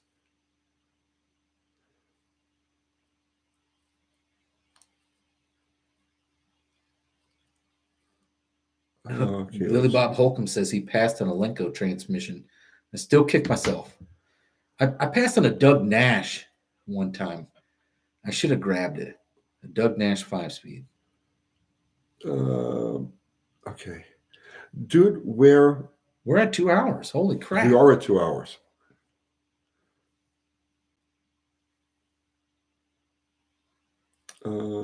Let's see. 300 passes on an AOD was the limit. I never ran an AOD. Well, I did, and I had to do the AOD shuffle on them. Yeah. They weren't bad, but man, there would be like no indication, and all of a sudden, you'd pull it in, park it, start it up, it would not move. You'd have a whole bucket full of neutrals, right? Like, what in the world? And it just wouldn't work. And I spent money on 2 or 3 of them. And they're like $2,200-$2,300 a whack. Never again. I put a C4 in it, never had a problem with it again. All right. So yeah, we're at the 2-hour mark. I think that we're gonna have to pull the plug here, guys. Dallas, what do we have to plug? We have to plug, hey, the No Name Nationals is happening September 30th, October 1st. Pay attention to John Wilburn's YouTube channel. We'll do all the weekly updates and Q&As on there. Well, it's not weekly, it's bi-weekly Q&As and updates. And we do them pretty much just when we start getting a lot of questions that we'll throw out there to the group. Now, I am not directly involved in the No Name Nationals at all. I'm just supporting my friends. But when we do these lives, if you have No Name National questions on, especially like on a Wednesday when Dallas is here, feel free, throw yourself in there. If you guys are looking to get subs, you're looking to build your subs, you're trying to get your 500 subs so you can enter the race, then by all means, feel free to use any of the UTG forums or venues, I should say, comments on the videos or our lives to help to promote yourself, get your name out there, let people know what you're trying to do, and build those subs. Like I said, here's SRP saying the same. Hey, they're going. They're a Cinderella candidate. Yeah, there's gonna be a huge event. John S., you're asking how many days? 232 days. Yeah, 232 days before I collect a nice payday. My buddy Andy. All right, so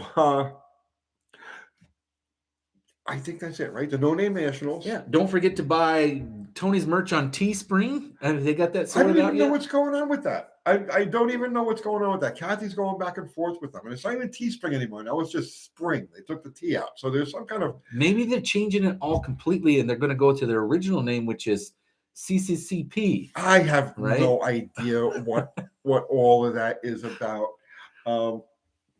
But at any rate, our amazing mods, Fubar, John, Ari, Zero, thank you guys as always. All of our regulars, everybody contributed with Super Chat. Thank you so much. This stuff out there in the shop eats money. It just eats money every time you turn around. You got to puke another $200, right? Even building on a budget. So we appreciate it. Thank you so much. And everybody who contributed just with your presence and your great conversation. You have no idea how much we appreciate that. And this show is dedicated to Uncle Kathy. I told her before we was leaving the house, applesauce, right? There you go. All right. Dedicated to you, sweetheart. And I think that's it. Yeah. That's it. The greatest automotive community on YouTube. Thank you guys. And I'll catch you Sunday night on our regular show. And I'll see you next week. And I'll see you next week. There's Fab Race Mod Repeat. Yes. All right, guys. We're out of here. Good night.